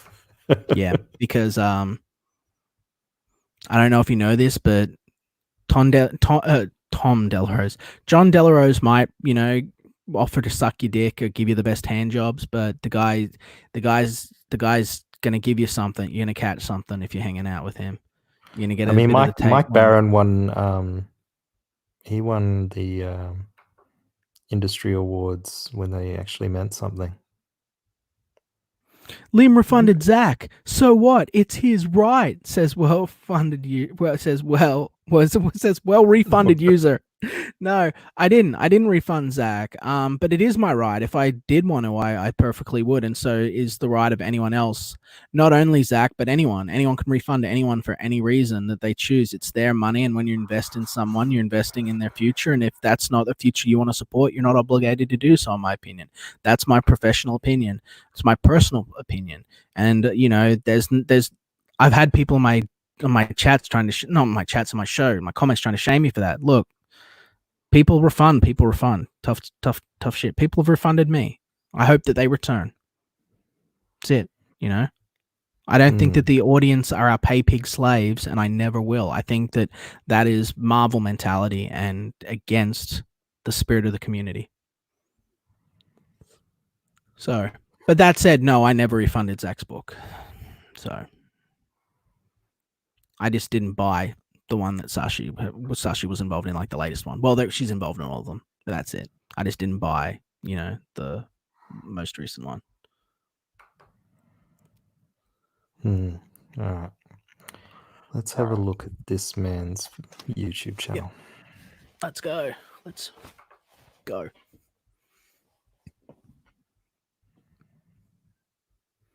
Cecil started that whole refund game back in Doug vs. Miller 2018. Well, Red Accuser 1 lies again. Nah, you're welcome to stay here, Red Accuser. Just don't lie. Like, I didn't refund his book, man. You can troll me, you can have fun and stuff, but it's the same reason with these anti guys saying that I beat my mother, I beat my wife, saying that like I murdered puppies. I don't care if you take the piss out of me, make fun of me, call me fat, whatever. I can have laughs with that. Just don't accuse me of crimes or doing things I didn't do. Especially when like people are gonna get upset about it.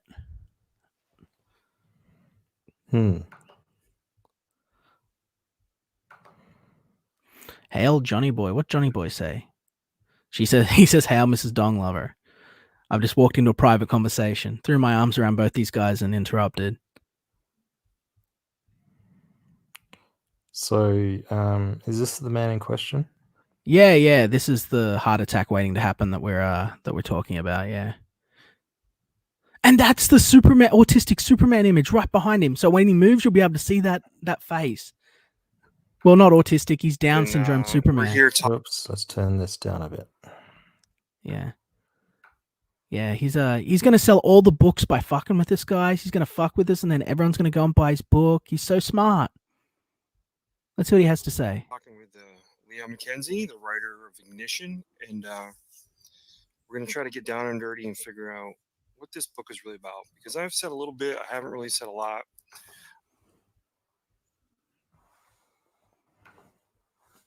I'm trying to look at the You Superman. can't see it. You've got to enhance. It's in the eyes and the mouth. Enhance. You know, we can't do it. We don't have the technology, guys. I'm not a hacker. Yeah. Wait, go to the cog. Go to the cog. Can we turn up the screen resolution? That's 720. Nah, we can't 720. enhance. Can't enhance. But yeah, that is literally the most. That's the most downy Superman I've ever seen. I've seen some downy Supermans. Kaki says I have no right to call anyone fat. I do too. I do too. I was gonna say that, but if anybody I'm has glad any, someone else did. That's the funny try to part, get some though, people man. in here to join us. A lot of people always ask me, tell me more about Ignition, and we'll see what happens. Oh, look who we got. We got Jimmy Ortiz. What's up, Jimmy? What's up, Todd, man? How y'all doing? Y'all We're live? doing Because I went to your channel. I didn't see anything. Yeah, we're live now. We missed it by a minute, but we're live now. Oh, well, now it sounds very, yeah. So, yeah, how y'all doing? Good. I'm gonna tweet it out and get it out there. And you guys, Leon, this is Jimmy. Jimmy, this is Leon. He's my writer. Hey, how you doing? How you doing, man? Good. So that's what'd you say his name was? I've already forgotten, but that's him. He's like shot tag. something or other, or shat something or other. Shat like is something. his user? Is his Shat House? I think is his name or something. Like in the is his tag. Good, man. So you're the writer for Ignition? Yep, that's me. Nice. I think Todd either faded out or he muted himself. No, I'm here. I'm just gonna tweet it out and get it out there that we're on. Awesome, dude. Well, you know. Yeah, I just. You're kind of roboting a little bit, Leon. Oh. This is worse than our show. Yeah. It's I mean, our show's pretty bad, but yeah, here he is. He's the Spurgy Superman. Thank you. I can share it out. Let me. Things here and there, you know, and Yeah.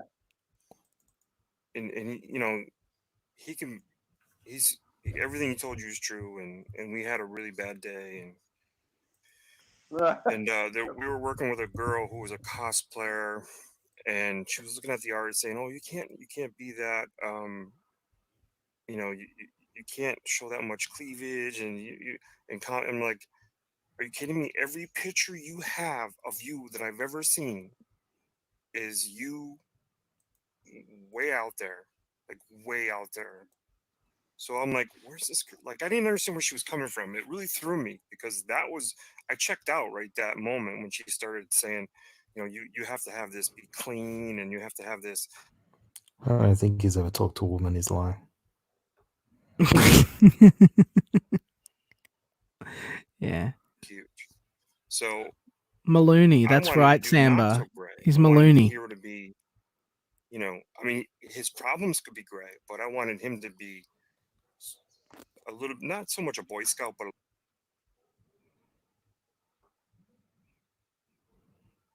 These are all the guys that kicked me off the show back in Chester's page because I wouldn't fight war campaign. Speaking like Invincible. So who are all Pertman, these where he's fighting, people? you know, a These are significant all person, well, and mute these that guys. That's fighting Denal. is propelling the act. Or pause it. These are that's Booster over there. You know, he was Booster. that's Booster Kiwi. Gold. Yeah, Booster Gold. He was I don't know if there's still a thing, but he was sort of you know, like smashing with the Pope fire, you know, back in the day. And so that's his sort of connection to the whole thing. But yeah, these guys are all the guys from Chester's sort of page where, you know, we're fan speak, you know.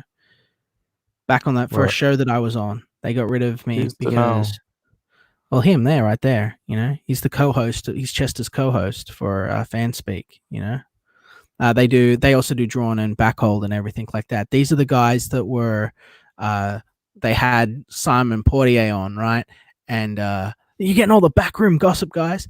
They had Simon Portier on, and there was sort of a drawing contest, and the way that it worked is you do the sort of FanSpeak drawing contest, and drawing a backhole fan edition, you know, and if you won, then you'd be promoted to be allowed to be on Miller's stream with the big drawn and backhold, or with the big drawn and backhold, with the big drawn and quartered, you know.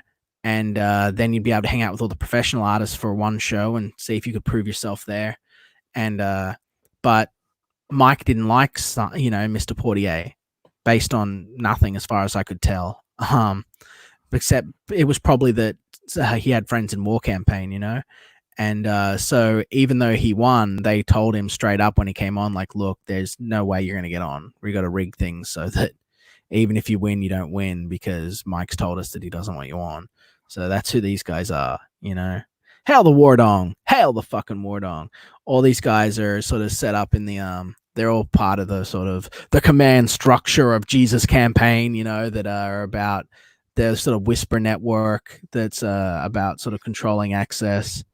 That's why Liam had to go away. Liam had to get out. Liam couldn't be controlled. You know, Liam was the Guyver of Jesus Campaign. He had to go. He won't be quiet. He's going to speak to his conscience. Who's New Hero Comics? No fucking clue on that one, buddy. No clue on him. I haven't seen him involved, so I can't speak to him. Same with the black guy, like Shathouse, whatever his name is. Like I've never seen him in anything involved in any of that stuff. So peasants are allowed on with the pros. Yeah, on my channel they are. I always thought Drawn and Backhold was a War Campaign initiative. It is Drawn and Backhold, but Drawn and Quartered was the first show. Drawn and Backhold was born out of the fact that Drawn and Quartered was essentially a pyramid scheme to sort of filter in your talent. So Drawn and Backhold is War Campaign. It is War Campaign, but Drawn and Quartered is the show I was talking about. There's Drawn and Quartered Fan Edition. So the way they've got it set up is that... Got you. You're confusing me. Sorry. Okay. Yeah, so they had a Drawn and Quartered Fan Edition.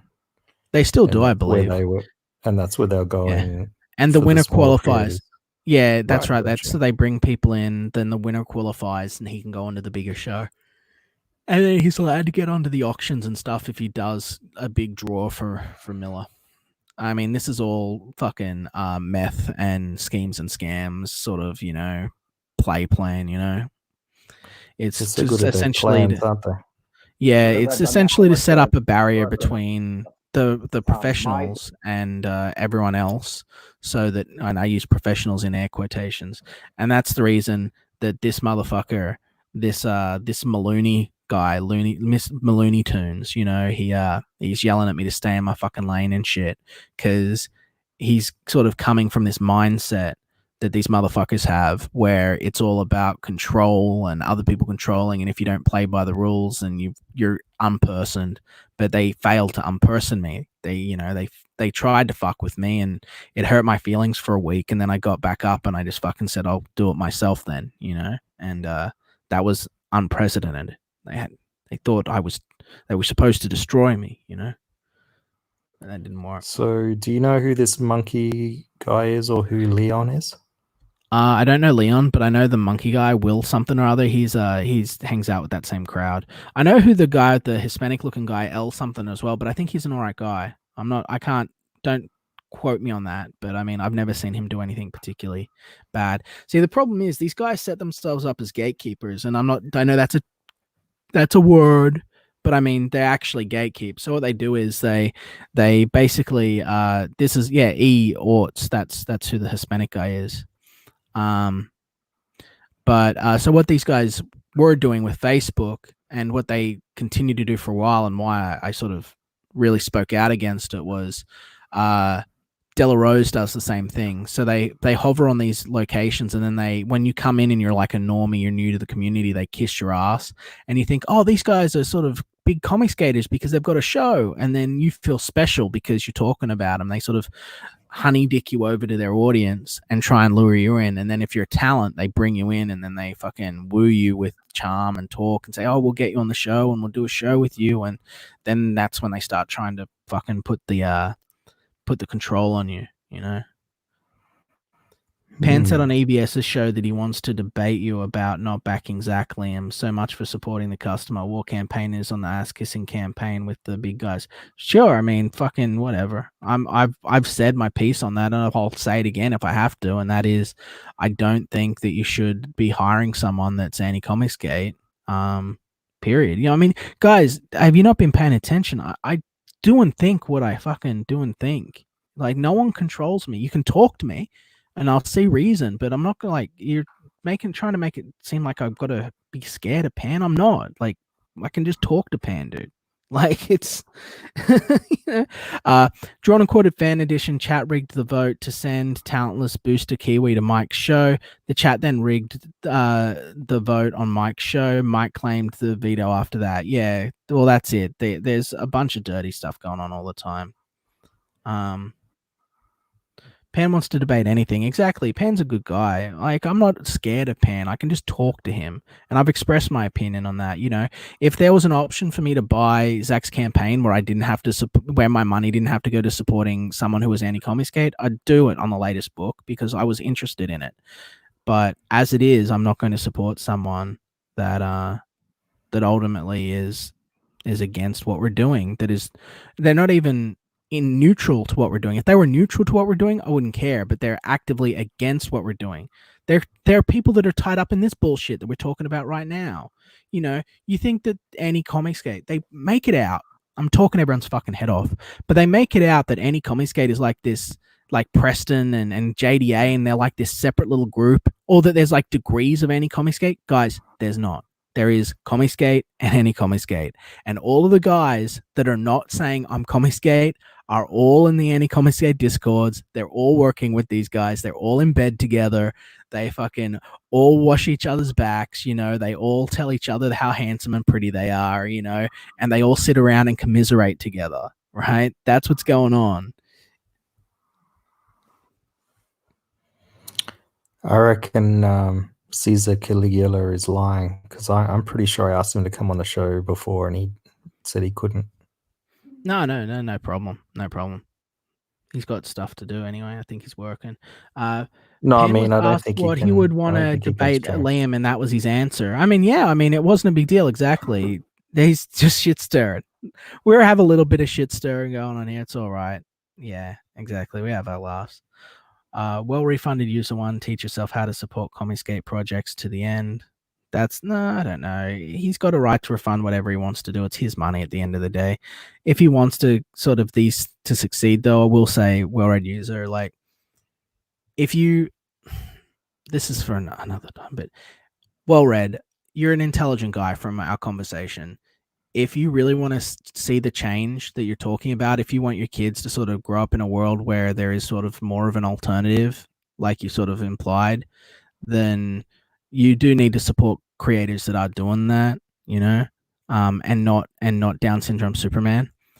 But you know, at the end of the day, like, you know, your money is yours to do with as you please. If you don't want a product, you don't have to buy it. But if you just refunded because your feelings were hurt over losing your wrench, man, like, don't sweat that stuff, you know. Exactly. I support Liam's right not to support any campaign for any reason. Thank you. I can do whatever I want with my money, and you can do whatever you want with your money. It's called freedom. Hail Caesar, will you come on, Hail Caesar? Because you've said before you wouldn't come on. Are you talking smack behind a block here? Hal Caesar's there. I can see him. He says he's helping his wife because she can't do anything herself. So Hal Caesar Caligula wants to come on. Send him the link. We'll have a talk. I'm pretty much done. We're at the nearly 2-hour point. We'll wrap up soon. I'm done talking about this fucker. Like, I could go on for another hour, but there's just no point. You're not that interesting. He doesn't have the guts to come here and speak for him fucking himself.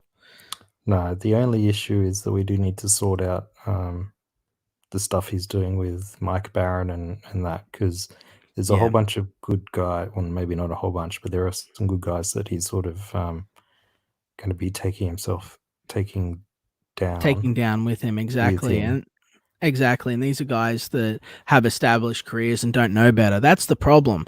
Like, you've got guys that are just trying to be nice, you know, and these motherfuckers take advantage of them and lead them into fucking griefing, like lead them into disputes with Ethan and stuff. There's just no reason for it.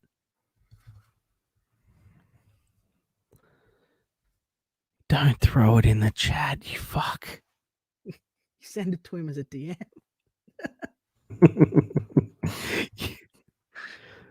So you do it again. Thanks. I cannot wait to have my show back. You're out of control. Chaos. Now you bring it up on the screen.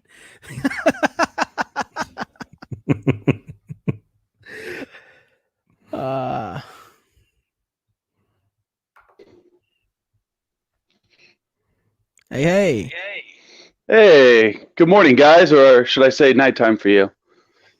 How you doing? I'm doing good. Yeah, just just battling a well-read troll in the chat. It's always fun. So what do you think about what we've been talking about today? Have I been too mean? No. So basically, he gets all sad because basically people call him out for just what you said. He refunded Cecil, and he actually refunded War Campaign Vestige twice. So he gets sad about that. And then he tries to come at me saying, well, you did it. You refunded Zach. And I told him, I was like, I only back CG product. So Zach, to me, in my mind, is not even CG. So he helps anti-CG. He doesn't say he's CG. He's CG adjacent. Like, he even admits it himself. He doesn't want to be associated. He wants to be associated with CG, but he won't claim CG. He never will. You ask him directly, he'll never say he is CG. So I only back CG products. I mean, if people can do what they want. If they want to buy Marvel, buy Marvel. If you want to buy Anna's Dynamite cover, you can buy that too. I only buy CG books from people that say they're CG. End of story.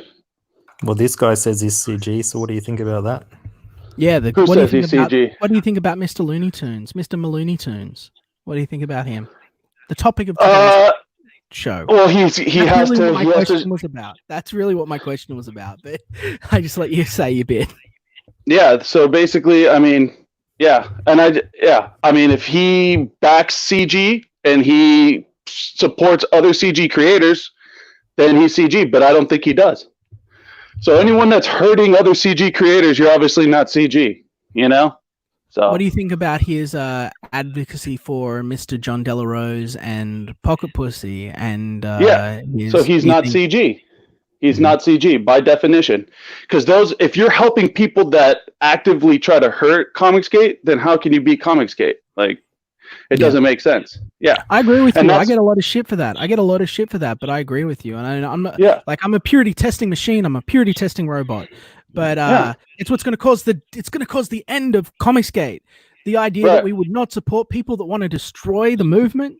But you have to have moral and standards. Otherwise, there is no foundation. Like, what's the point of Comicsgate if I just don't understand. Like, you need to have some moral and standards, and the standards are saying you're CG and helping other CG creators. So if you're by definition helping John Delarose and fucking Bad Preston, you're by definition anti-CG. Yeah, hurting the people that are dedicated day and night to hurting the movement, and it's not just those two people either. Like, and this guy's involved in hangouts that are deliberate, not hangouts like Google Hangouts, but like gatherings that are intentionally designed to lure new talent in and turn them against the movement, That's Yeah. what they do. They hate Comicsgate. They hate Mr. Van Sciver, and you don't have to like Ethan to be part of Comicsgate. But if you actively have a hate boner for him and spend your days just sitting there hate watching his show, and plotting ways that you can destroy his career instead of doing the books that you've been working on for 2 years, there's a problem with your mind. That's what I think. Yeah. I totally agree, because there's little pockets within Comicsgate. So, you don't have to like every single person. You might be a war campaigner. You might like Cecil and John. You might like whatever. No one likes me. You might like Wenger. Yeah, you kind of have like your own little niche too. So it's kind of like, as long as you support one of those niches and don't try to actively destroy the other ones, it's you're part of Comicsgate. Whether it's Comicsgate, north, south, whether it's Comicsgate west or east, you're still part of the map. I like to think about it like we're a comic book republic. We're like the United States. Not every state's going to vote the same. You know what I mean? But we're all part of the same thing here. And if you're standing over in communist China trying to destroy the republic, you're probably not one of those states. That's what I'm saying. That's true. And also, if you're attacking Comicsgate, like, we might have our own kind of like internal family rifts, but if you attack Comicsgate, just like the United States, we'll all band together, put our differences aside, and then attack you. Like, so our own. It's weird because anti-Comicsgate, they think just because like we have like, oh, Cecil and Ro aren't getting along, like they think, oh, that's weakness. But what they don't understand is Cecil and Ro will come together to hate Doug to Naple. Like they don't understand that. They're bound together in their mutual hatred. But in all seriousness, like, yeah, exactly. Like, Cecil might be upset at Ro, but I know for a fact that like if Cecil was fucking down on his fucking luck and was like had nowhere to fucking go, I know that Ro would put him up. Right. You know what I mean? And like, vice versa. Like Cecil on the other day on Ethan's show, or maybe it was a John show, but he showed that he got his vestige. So it's like, you think he'd be showing that to the world if they weren't really actually getting along? No, it's just because it's like things get old after a while. Like, yeah, there's a lot of energy and passion when you first start fighting, but after a while you kind of lose that, especially when you're like, well, what are we fighting for? Like, let's look to the future, instead of like constantly being mad about something that happened in the past. Doesn't make sense. Exactly. And especially when these are minor things, it's just when these grudges are held for a long time that they become all consuming. And that's what I think's happened with a lot of Comicsgate is their inability to move on. They're like jilted lovers, and that's sort of insulting in a lot of ways to them. I know if they're watching, they're probably grinding their teeth and saying, I just don't understand the evils of Ethan Van Sciver.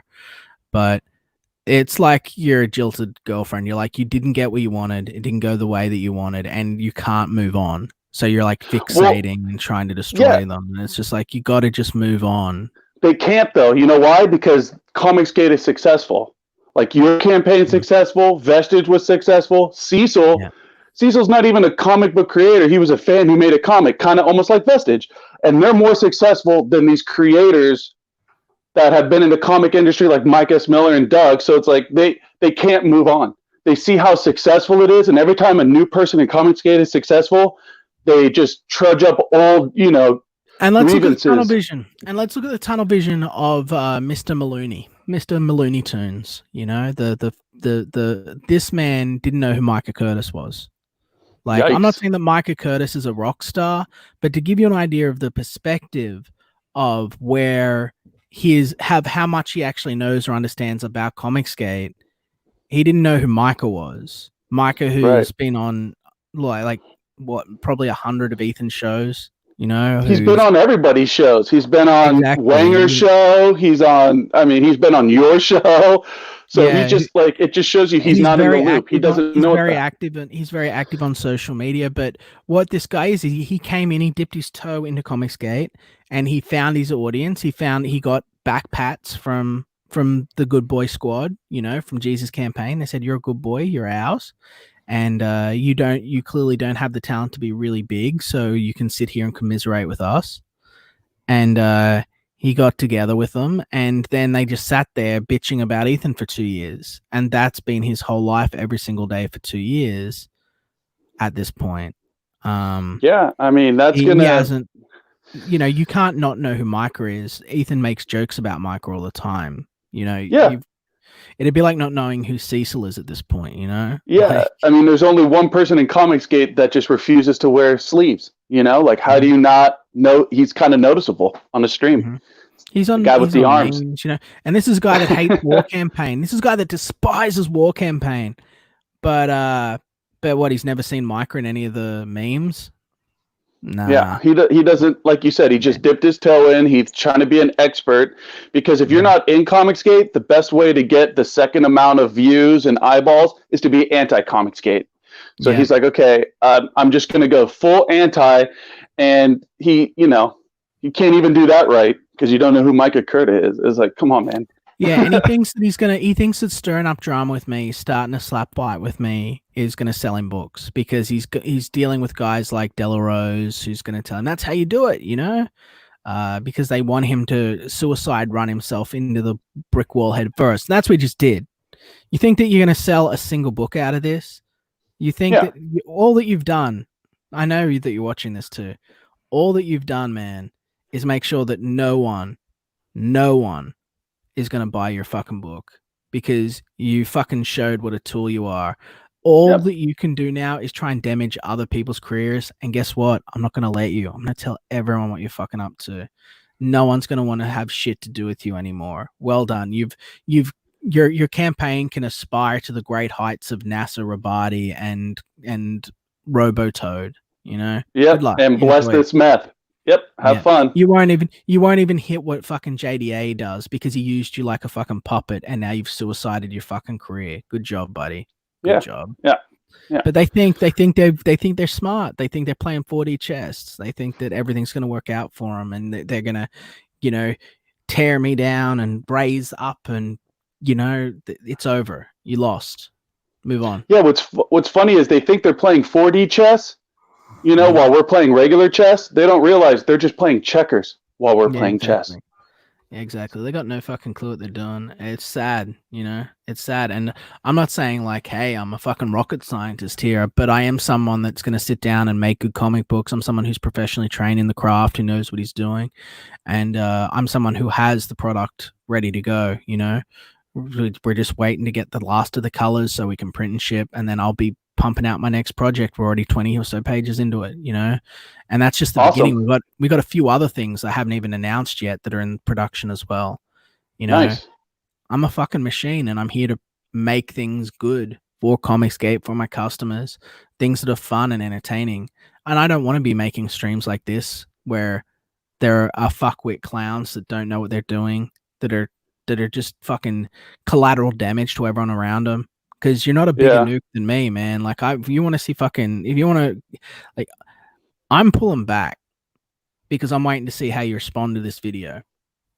Well, he's not going to come on your channel and debate you, that's for sure. No, he's not. He's going to go on other people's channels and complain, and he thinks that that's going to work for him, because there's Pocket Pussy will do a show on me, and he'll do a show on this, and then he'll have him on, and they'll talk about the ignorance and stupidity of Liam, and they'll continue to accuse me of crimes that I did not commit, and we'll see how that goes in litigation in the future.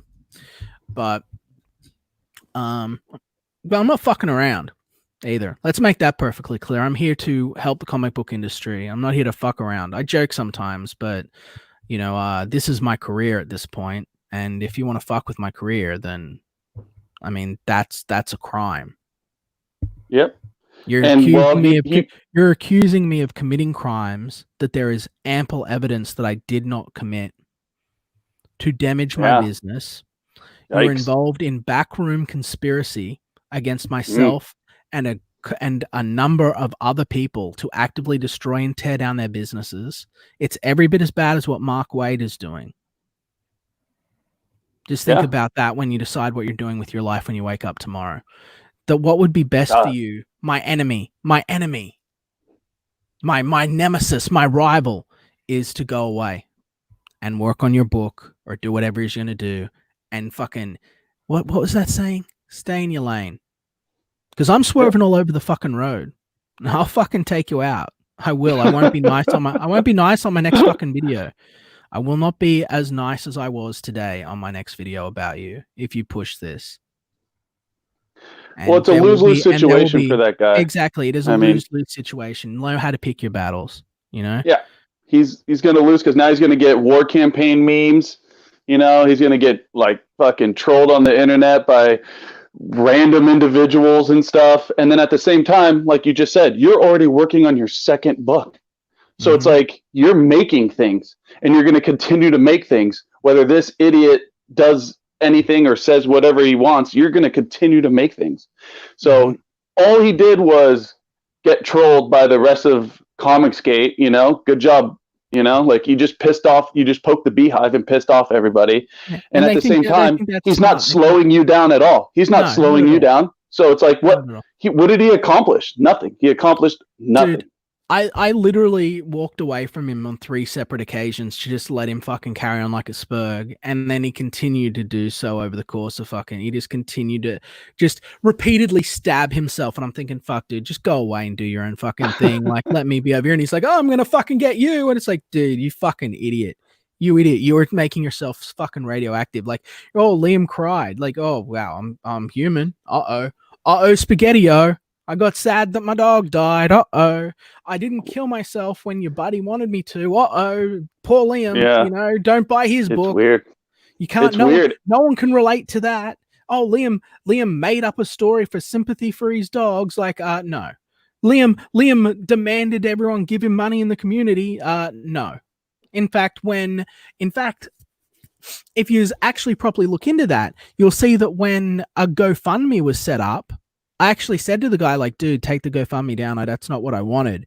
I was just offering to sell some of my collectibles to make a bit of extra change. It was just so that I could cover the vet bills. I don't want charity from the community. You know what I mean? I just wanted people to understand what was going on with me, you know, because you have an open line of communication with people, you know? And I knew that we were going into a point in time with my book where I was going to have to be promoting things.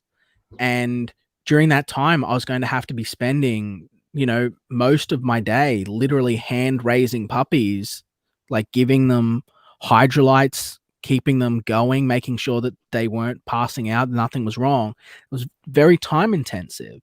So I wanted people to know about that, you know. I didn't just even spontaneously decide that I was going to tell that to the internet. I actually had a long conversation with a couple of other Comicsgaters and spoke to my partner about it and thought, like, should I tell anyone what's going on? And we agreed that it was best to just be transparent and honest rather than just suddenly become distant for risk of alienating the customer base. It has nothing to do with sympathy. You know, like a lot of this shit that these people accuse me of and say that I do, like, it's just, it's pure speculation. They're assigning me motive that I don't have. They're misrepresenting me as a person. Like, they got mad at you for crying and helping puppies. So basically they're mad at you for being a human being. It's like, congratulations, you morons. It's like, that accomplishes nothing. Once again, it's a lose-lose situation. Exactly. You called them out for being human. Everyone can relate to the things that you did and went through. So really, they have no leg to stand on. I did the right thing, man. It would have been cheaper for me to put all of those puppies to sleep. Right. And I went, no, I'm not going to do that. What happened to my Castle Grayskull says, Phil, I still have it out on my other property. You know, it's still there. I just can't go out there. Because if I go out there, I'll get parvo all over my shoes. And then if I get parvo on my shoes, I have to come back here and then I'll get parvo into this property. And that'll be the last property that I have that doesn't have the parvo virus on it. And it costs a lot of money to get the treatment on the land. So right now I'm saving up money and the next thing will be Liam's going to spend the CG money to clear the parvo. No, I'm not. That's not what I'm doing at all. I have other plans for that. So that's not being touched or spent on anything but expenses, and I'm not getting paid until everything's covered and the books are in people's hands. So don't try and spin that next. But it just means I have to be here on the south side, and I can't go out there. Yeah, the parvo, man. That's what got the puppies, the parvo virus. You know, they contracted it because my little brother brought it home from a work site when he was visiting over, and it spread over to my property. Can you imagine if you put the puppies to sleep? Exactly. That's what they want. They want me to be this evil monster. They just don't want to accept that I'm just a guy trying to make comic books and help kids and make a decent living doing it. You know, like they cannot accept that that might be the reality of things. Yeah. And you drink vodka too. That's also a reality every once in a while. Exactly. Well, I don't really. I don't drink at all. Those two things were the first things I drank since I was like 14. So damn. Yeah. But basically, like with the the Castle Grayskull, it's out there. I'm planning on going out there again, probably for a weekend. I'd say maybe in a week or two when the virus sort of slows down, like the actual, you know, the coronavirus, because I want to ship a bunch of my stuff from over there to over here. But so you'll get to see my Grayskull on my old set for probably a weekend or two, you know. Nice. You should just do a show from there eventually when you can. That'd be awesome. That's what I'll do. I'm working on building a studio right now. That's my next big move. So I'm building up like a proper studio that I can stream from. So I'll have a whole big set. Everything will be dedicated, and I'll be using it to ship all my stuff out from and everything there. You know, that's cool, what man. I'm an architect. Comicscape, man. Architects of the future. You know, build, create, you know, push people, be legends, be heroes, like tell stories about heroes. You know, that's what I mean, you build things, and then it's funny because what does Edwin do for a living? He knocks down buildings for a living. Exactly. Yeah, and that's exactly what he did to Comicsgate. It's like similarity, interesting. It's like that's not a coincidence. It's like he does what he's good at, destroying shit, and you do what you're good at, which is making building new comics. You're already making another one. You know, you're expanding, like you said, you're making your set, and you started a channel. I'm training up talent. You know, Odie's as good as he can basically get from me. Like, I can't really teach him anything more at this point. He's passed me by so much.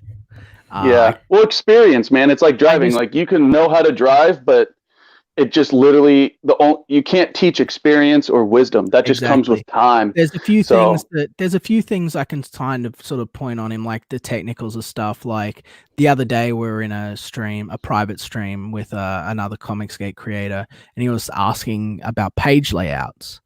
And I said, like, okay, so he was saying, is this better or is this better? And I was like, I'm not going to tell you yet. I want Odie. I use that as like a teaching lesson. I was like, Odie, which do you think? And he sort of guessed it. And I said, you're right, but why are you right? And that's the sort of stuff I do. And I said, like, this is why this one is better. And I taught him the technical sides of things. I do little things like that for him, but they're getting rarer and rarer because he's so good. Yeah, time for him to move on. No, we're moving up together. Yeah, and it's also the layout also depends on like what kind of comic you're doing, you know. Like if you have a lot of action, is the scene, you know. I mean, that's all relative to what you're doing at that time. I know a lot of that stuff, and I can guide him and push him through that sort of stuff. But he's so good that he's the Amazo of comic book artists. Like, you just put something in front of him, and in like a couple of days, he's that good. Like, I could have him drawing like, you know, Alan Moore. Like, he could fully illustrate to the quality of Alan Moore if I just told him to, but I want it to look a certain way. Like, he's that good. It's insane. It's insane. Yeah. I've never seen anything like it. Yeah. Nice, man. Well, yeah, keep it up, and don't let those antis get you down. Just realize they're not in the club. You know, they're not in the club. They're outside at the fence looking in at all the people having fun, you know. Dude, everything works out good for me. Everything wins. You know, like, they claim to be Christians. God is protecting my ass, you know, because this whole situation that they tried to get me in trouble with Stanley's lawyers, I've been talking to Stanley's lawyers. They seem like a really great litigation firm. They seem like a really great litigation firm that are sympathetic to comic book creators who might be experiencing libelous problems. You know, and they know your situation too. Very affordable, very, very nice people. You know, that's awesome. So everything that you wield against me becomes my weapon, and you guys fall all over yourselves like fucking cretinous clowns. You know, like, thank So you. funny. That's awesome. It is. All right, It's man. great. Well, hey, nice talking to you guys. Oz, howdy, brother. And yeah, I got to get to work on the farm over here, so I got to get out. Take care. Thanks for coming in, man. It's good to have someone to talk to. Yeah, it was great. And anytime a well-read user wants to debate, I am down. I have all his receipts. So it all started. In fact, people don't know this. It actually started because well-read user wanted Mike to come back into Comicsgate, and people trolled him on EVS's chat for that. And he says, we need religious people. We abandoned the evangelicals. And everyone said basically they abandoned themselves. And so then it became it got crazy, and people kept trolling him because he was this Mike S. Miller shill. And then in Cecil's chat, he couldn't take it, and he started attacking people. And that's when he got his wrench taken. That's when he started the refunding. So, you know, I mean, rein it in. If well-read user wants to come on, we'll have you both on, and we'll talk this through. You can, we'll definitely do that if he's interested. You know, but that said, save that for the show if that's going to happen, so you can bring it up. And I got it. So, and to address that, just in case you didn't know, Mr. Well-read user, I'm a Christian. I truly believe in my heart that Jesus Christ is my savior. I just don't think that that's a cudgel to wield against other people. And I think that a lot of, I feel like if the evangelicals feel pushed out of Comicsgate, then I mean, that's their own. That's God's will. Because that's God's will. They're always welcome here to buy my book, to back Xenotype, and to support Conquest as we try and help make a positive change for the future. Right. That is my goal. So. Yep. And I think that if you are a religious person, like, God works in mysterious ways. So the fact that you're doing better than the people that aren't in Comicsgate claiming that they're Christians, it's like, maybe that's their punishment. That's their penance. You know, who knows? Yeah, for sure. Exactly. And, you know, I want to thank you for coming on HCC. I appreciate you. I'll see you in the chat. Hey, take care, brothers. Bye. Catch you later. Yeah, HCC was on with me on the night that you died. He came on and had a chat about a few things. He's still Went here. through You want to kick him out? His life story. Kick him out. How do I do that? You just click on him and he'll pop out. I think he's popped away. Studio. Yeah. Kick guest. Boom. We're so mean, but I think that he had a mistake with leaving. Oh, that's great. That was in my wake, you know. But I've risen again, like the phoenix. He's an interesting guy. He carries around weapons and he hunts hippies on his property in California. Sounds like a perfect guess. In California, isn't everyone in California hippie? That's what I thought. He's this strapping 6'4" hunky gay guy. No, I love it. Felix Haas says Odie will bring balance. Will bring balance between comics and manga. Amen. Kaki Balboa says kick Liam. HCC stands for hippie crushing Chad, says Samba. Alan Rogers says you can't carry actual weapons in California. Cause says sounds like Oz is gay, confirmed. You heard it here first. I'm not, but I appreciate the appeal to my neatness. He's assuming that I'm well dressed and well manicured. Wish I was. Arise, Liamus Prime. Thank you. Till all are one, brother. When's your channel back up? Well, like I said, I've been talking to the lawyer, Stan's lawyers and stuff, getting all of that stuff sorted out. They didn't understand the circumstances that were going on. I showed them some screenshots. I showed them what's been going on. They were apparently contacted by individuals informing them about the copyright infringement. They didn't understand the circumstances. We had a very enlightening conversation. I called them up. We spoke. They were very polite. Very copacetic, you know, we exchanged emails and we're working things out. There's a few last little things that we need to sign with each other, and then everything will be lifted and my channel will be back up, no problems. So maybe tomorrow I'll tell everyone, probably, yeah, maybe tomorrow night, the next day. It just depends on how quickly YouTube works, I guess. you know. But any commie skate, man, they literally just fumble around and shoot themselves in the fucking feet. And I'll get fucking, you know, I won't say more. I don't want it to sound like a threat, but yeah, they are fools. They're fools. Hey, Mr. Yona Fui, wasn't he supposed to come on and do some singing for us? I don't know. He might be doing a minute. Hey, we got Angela. I haven't seen you in so long. Angela Pearfish. How you doing, hon? How you doing? Lots of guns out there in California. Is that where you're from? Yeah, they're talking about you can't have real guns, but I think he was saying he had like a 6-shooter that he carried around with him, and he also had a rifle. Mm-hmm. I'm sure you can have plenty of guns. There was plenty of guns when I was in LA. There was guns Genghis everywhere. Khan says California is full commie. Oh, I said pearfish, but her name is pearlfish. My entire life, I've seen her name as pearfish, like the pearfish. You know, do they have them over there? Is there a pearfish? I've never heard of a pearfish. I have heard of a pearfish, but no, it's pearlfish. I'm a bad writer. I'm a bad writer, guys. No, just a bad reader. I've ruined it. I'm ruined. It's over. You know. At least you don't have a spelling mistake in your bio on Twitter. Do I? No, you don't. But what's his face? Looney Tunes does. Oh, cool. Well, I mean, he's an artist. Silly Liam. Yeah. She's been calling me Lilu. Thank you. That's great. Lilu is a great nickname. Thank you. You're legally allowed to own and arm yourself, the equivalent to 1968 cavalrymen. 18. I've got to fucking go to bed. It's like nearly 3 a.m. and my eyes are all foggy. But yeah, 1868 cavalrymen in California. That means you get to carry around bayonets and just impale people like some sort of ninja scroll sort of Assassin's Creed death machine, and also a musket. I think it would be heaps cooler if you had to carry around muskets, and so you had to like stop to reload. Like before you got into a gunfight, it would be like, hang on a sec, and you got to pull out the dry powder, and you got to light the wick. Yeah. By the end of it, it's like, Jesus Christ, all right, I can't be bothered fighting anymore.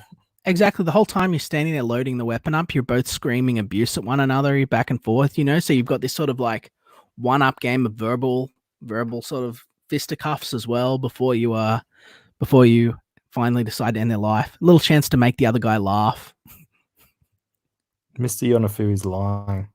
You did not send the link when I told you. The link was in the chat, buddy. You want to come on now and sing your Spanish song? We'll close out with it. California lives quarantined today, except fucking LA country, because fuck LA. LA County. Ban Oz, says Alan Rogers. Ban Oz from his own channel. It makes dialogue in the middle of the fights actually makes sense, says Rich Cook. Exactly. You know?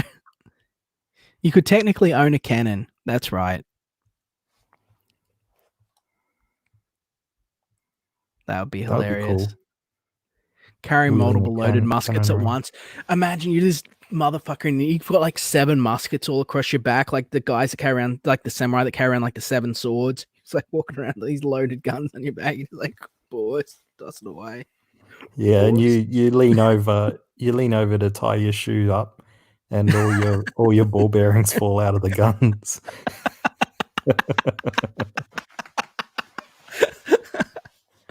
I love the chat. How many people have we got in here at the moment? Oh, J-Jax is here. Hey, J-Jax.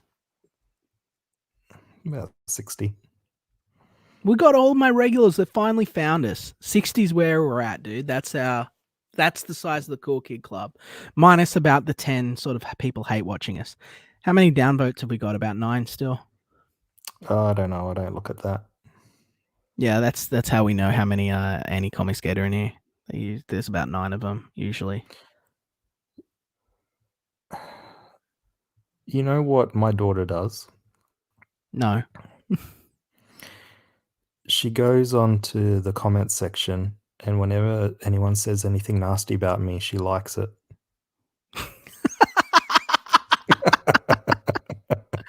Oh, that's funny. Yeah, that is funny, isn't it? So Yeah. one of those downvotes could be from her. You never know. Mm-hmm. So that means there's only 8 Annies. Okay. Thunderbird says Blackbeard carried 7 loaded pistols at all Holy times. crap. I no way that did I seriously hit it? If you guys spite buffed me up to break 50,000. This is no, they're talking about what's his face that's launching that stupid, what, it's not stupid, but the name is stupid, plot holes. I don't know. Bring it up. Let's have a look. You got me all excited there, Stupendous. I thought that I'd finally defied the declining Australian dollar and broken 50,000 USD. Every time I get closer, I'm reaching out, my backer lists go up. I'm like, I'm almost at that 50,000 goal, and then the dollar plummets more and I get further away from it. I'm like, no. I still reckon that there's got to be a way around that. There's not, unless we are printing and publishing in the United States of America. I fucking wish there was, I wish there was. Why don't we? Because I would have to sell my house and I would need to move back to America. All you need is a fucking post box, man. I need to be producing in the company. I need to be using, I guess no, they've used the international. Maybe I could use a PO box. You could, man, because all they say down below is if they've got to transfer it into an Australian bank account, you get charged an international fee. It doesn't mean you can't have one and be a US company. Well, I've got a US company. My main writing company is a US company. Yeah, and I couldn't do it because I was...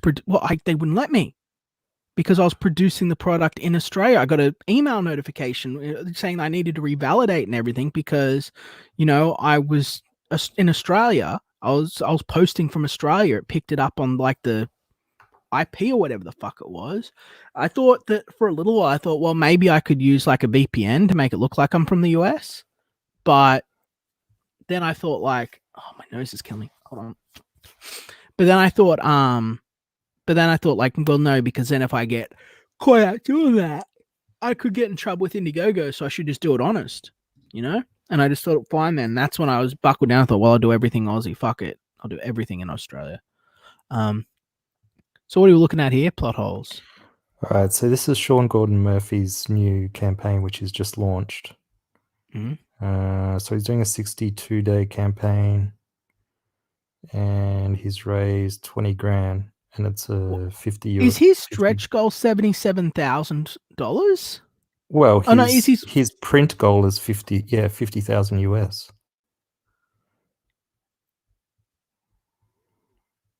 That's a massive print goal. What's he doing? He must have How some big really is this high. book? He must have some high tiers though, because he's only got 151 backers and he's already raised 20 grand.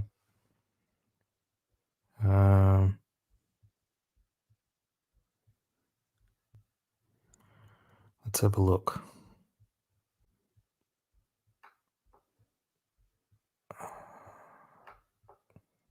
So he's got just a thank you in the book. No one's claimed that. Digital copy, $15. That's pretty expensive. I want to know how many for a digital pages copy. it is. That's what I'm trying to find. These are in Australian dollars though, so everyone don't freak out in the audience.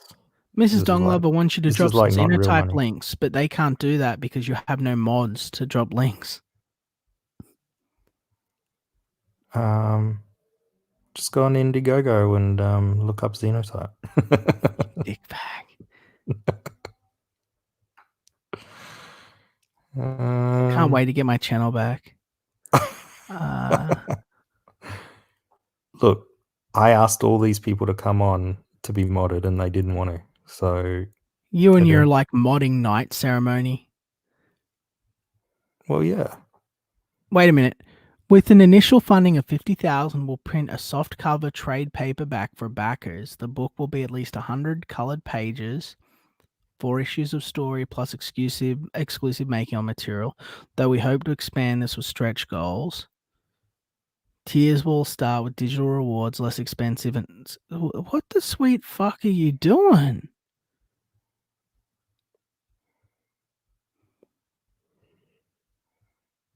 Well, maybe he can do it. To chat with Sean by Skype. I mean, well, how big is Sean? Didn't he? He just did White Knight, didn't he? Like, has he done a lot of other stuff? Look, he's done a lot of stuff with Mark Miller, and he did Time Bros with Mark Miller, and he's done some other indie books with Image. Something the Barbarian, I forget what that one was. That was pretty good. So, well, I wish him the best. The retailers are calling for. Look, the retailers are calling to get included, and none of them have claimed the retailer pack of 5 books. Skype chat with Sean, 4 out of 20 claimed. This is where the big money's coming in. So, okay, people are snatching up his artwork for a pretty good price. It's about $400 US, about $450. Mm-hmm. So that's pretty good. Yeah. So that's, it's got 17 of those. So that's bumped it up pretty good. Chapter breaks. Is he be drawn charging into the book. $7,000 for those chapter breaks? Yeah, man, that's how much original art goes for. EVS would have to charge that as well.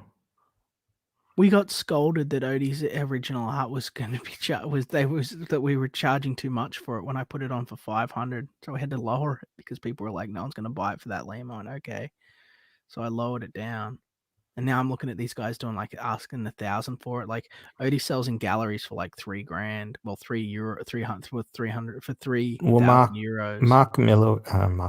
Mike S. Miller was charging $2,000 to do covers for CG books. Mm-hmm. That's $2,000 US. Yeah, I know. So it looks like he's got a lot of the higher tiers. He's doing well. He's doing well, but I don't know. It'll be super interesting to see how this goes. Yeah. It's got some interesting perks there, like the Skype. Click on the Skype call. I want to know how long that Skype chat is for. 30 minutes. You also get a signed soft cover of the book, print pack, and a thank you in the book. That's pretty good, really. It's about $200 US. So about 13 or 14 hours of my labor could get me 30 minutes with Sean. Wow. Yeah, but that's a you problem. Yeah. Oh, but you also get you also get the book and stuff. That's what I was saying. Like, it's actually a pretty good deal. Yeah. It's about $200 and you get the book signed, and a thank you in the book. So that's pretty cool.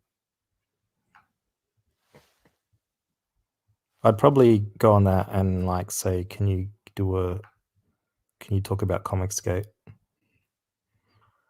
and record it? Can you please say hello to Comicsgate? So the soft cover looks, what is that? $30 odd US for 100 pages. That's pretty good, I think. 100-page book, yeah. Mm-hmm. It's coming signed.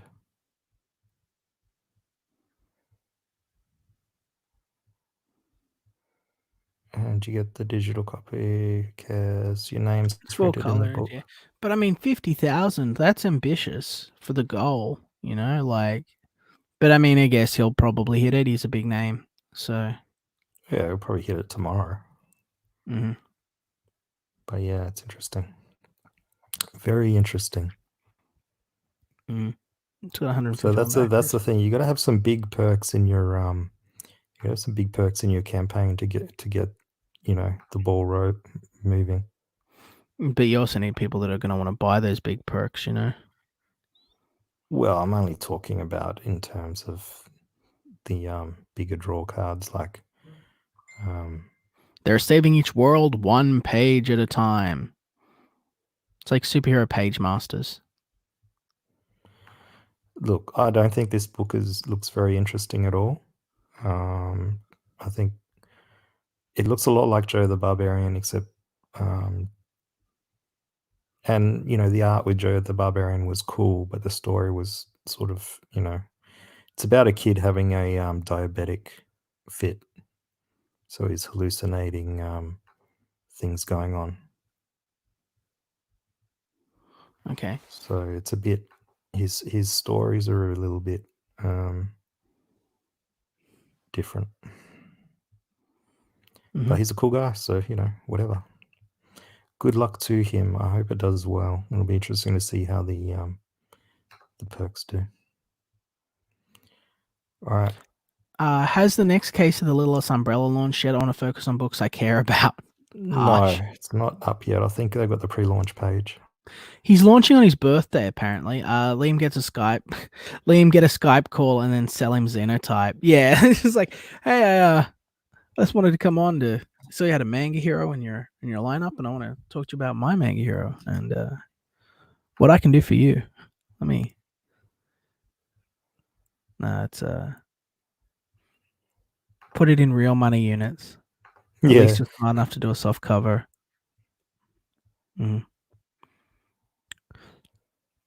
Yeah, I believe it's. Yeah, I think the original art pages is a real bargain. So if any of you have got whatever it is, $400 or whatever it is, I would recommend buying it because his original art pages go for a lot of money. Yeah.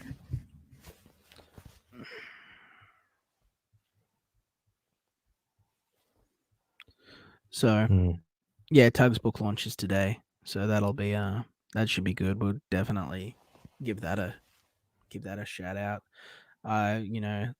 Love that crazy dude and his wild horror loving little daughter. It's good people. All right, let's close out. It doesn't look like our Spanish friend is going to come and sing. You see, he complained on Twitter that I ruined his clip. You did ruin his song. You did. Well, yeah, but then I he says he'll come on and fix it, but he doesn't. So these people, they leave us with no alternative but to do the work ourselves. and that's what I've found with these mods as well. They keep talking about being mods, but you don't see them working for it, do you? You're such a heel, Oz. You're such a heel. Speaking of heels, Matthew Fowler says, nothing better than a good self-insert book. Oh, you think that was him? Pictures of him, do you? I don't know. Maybe.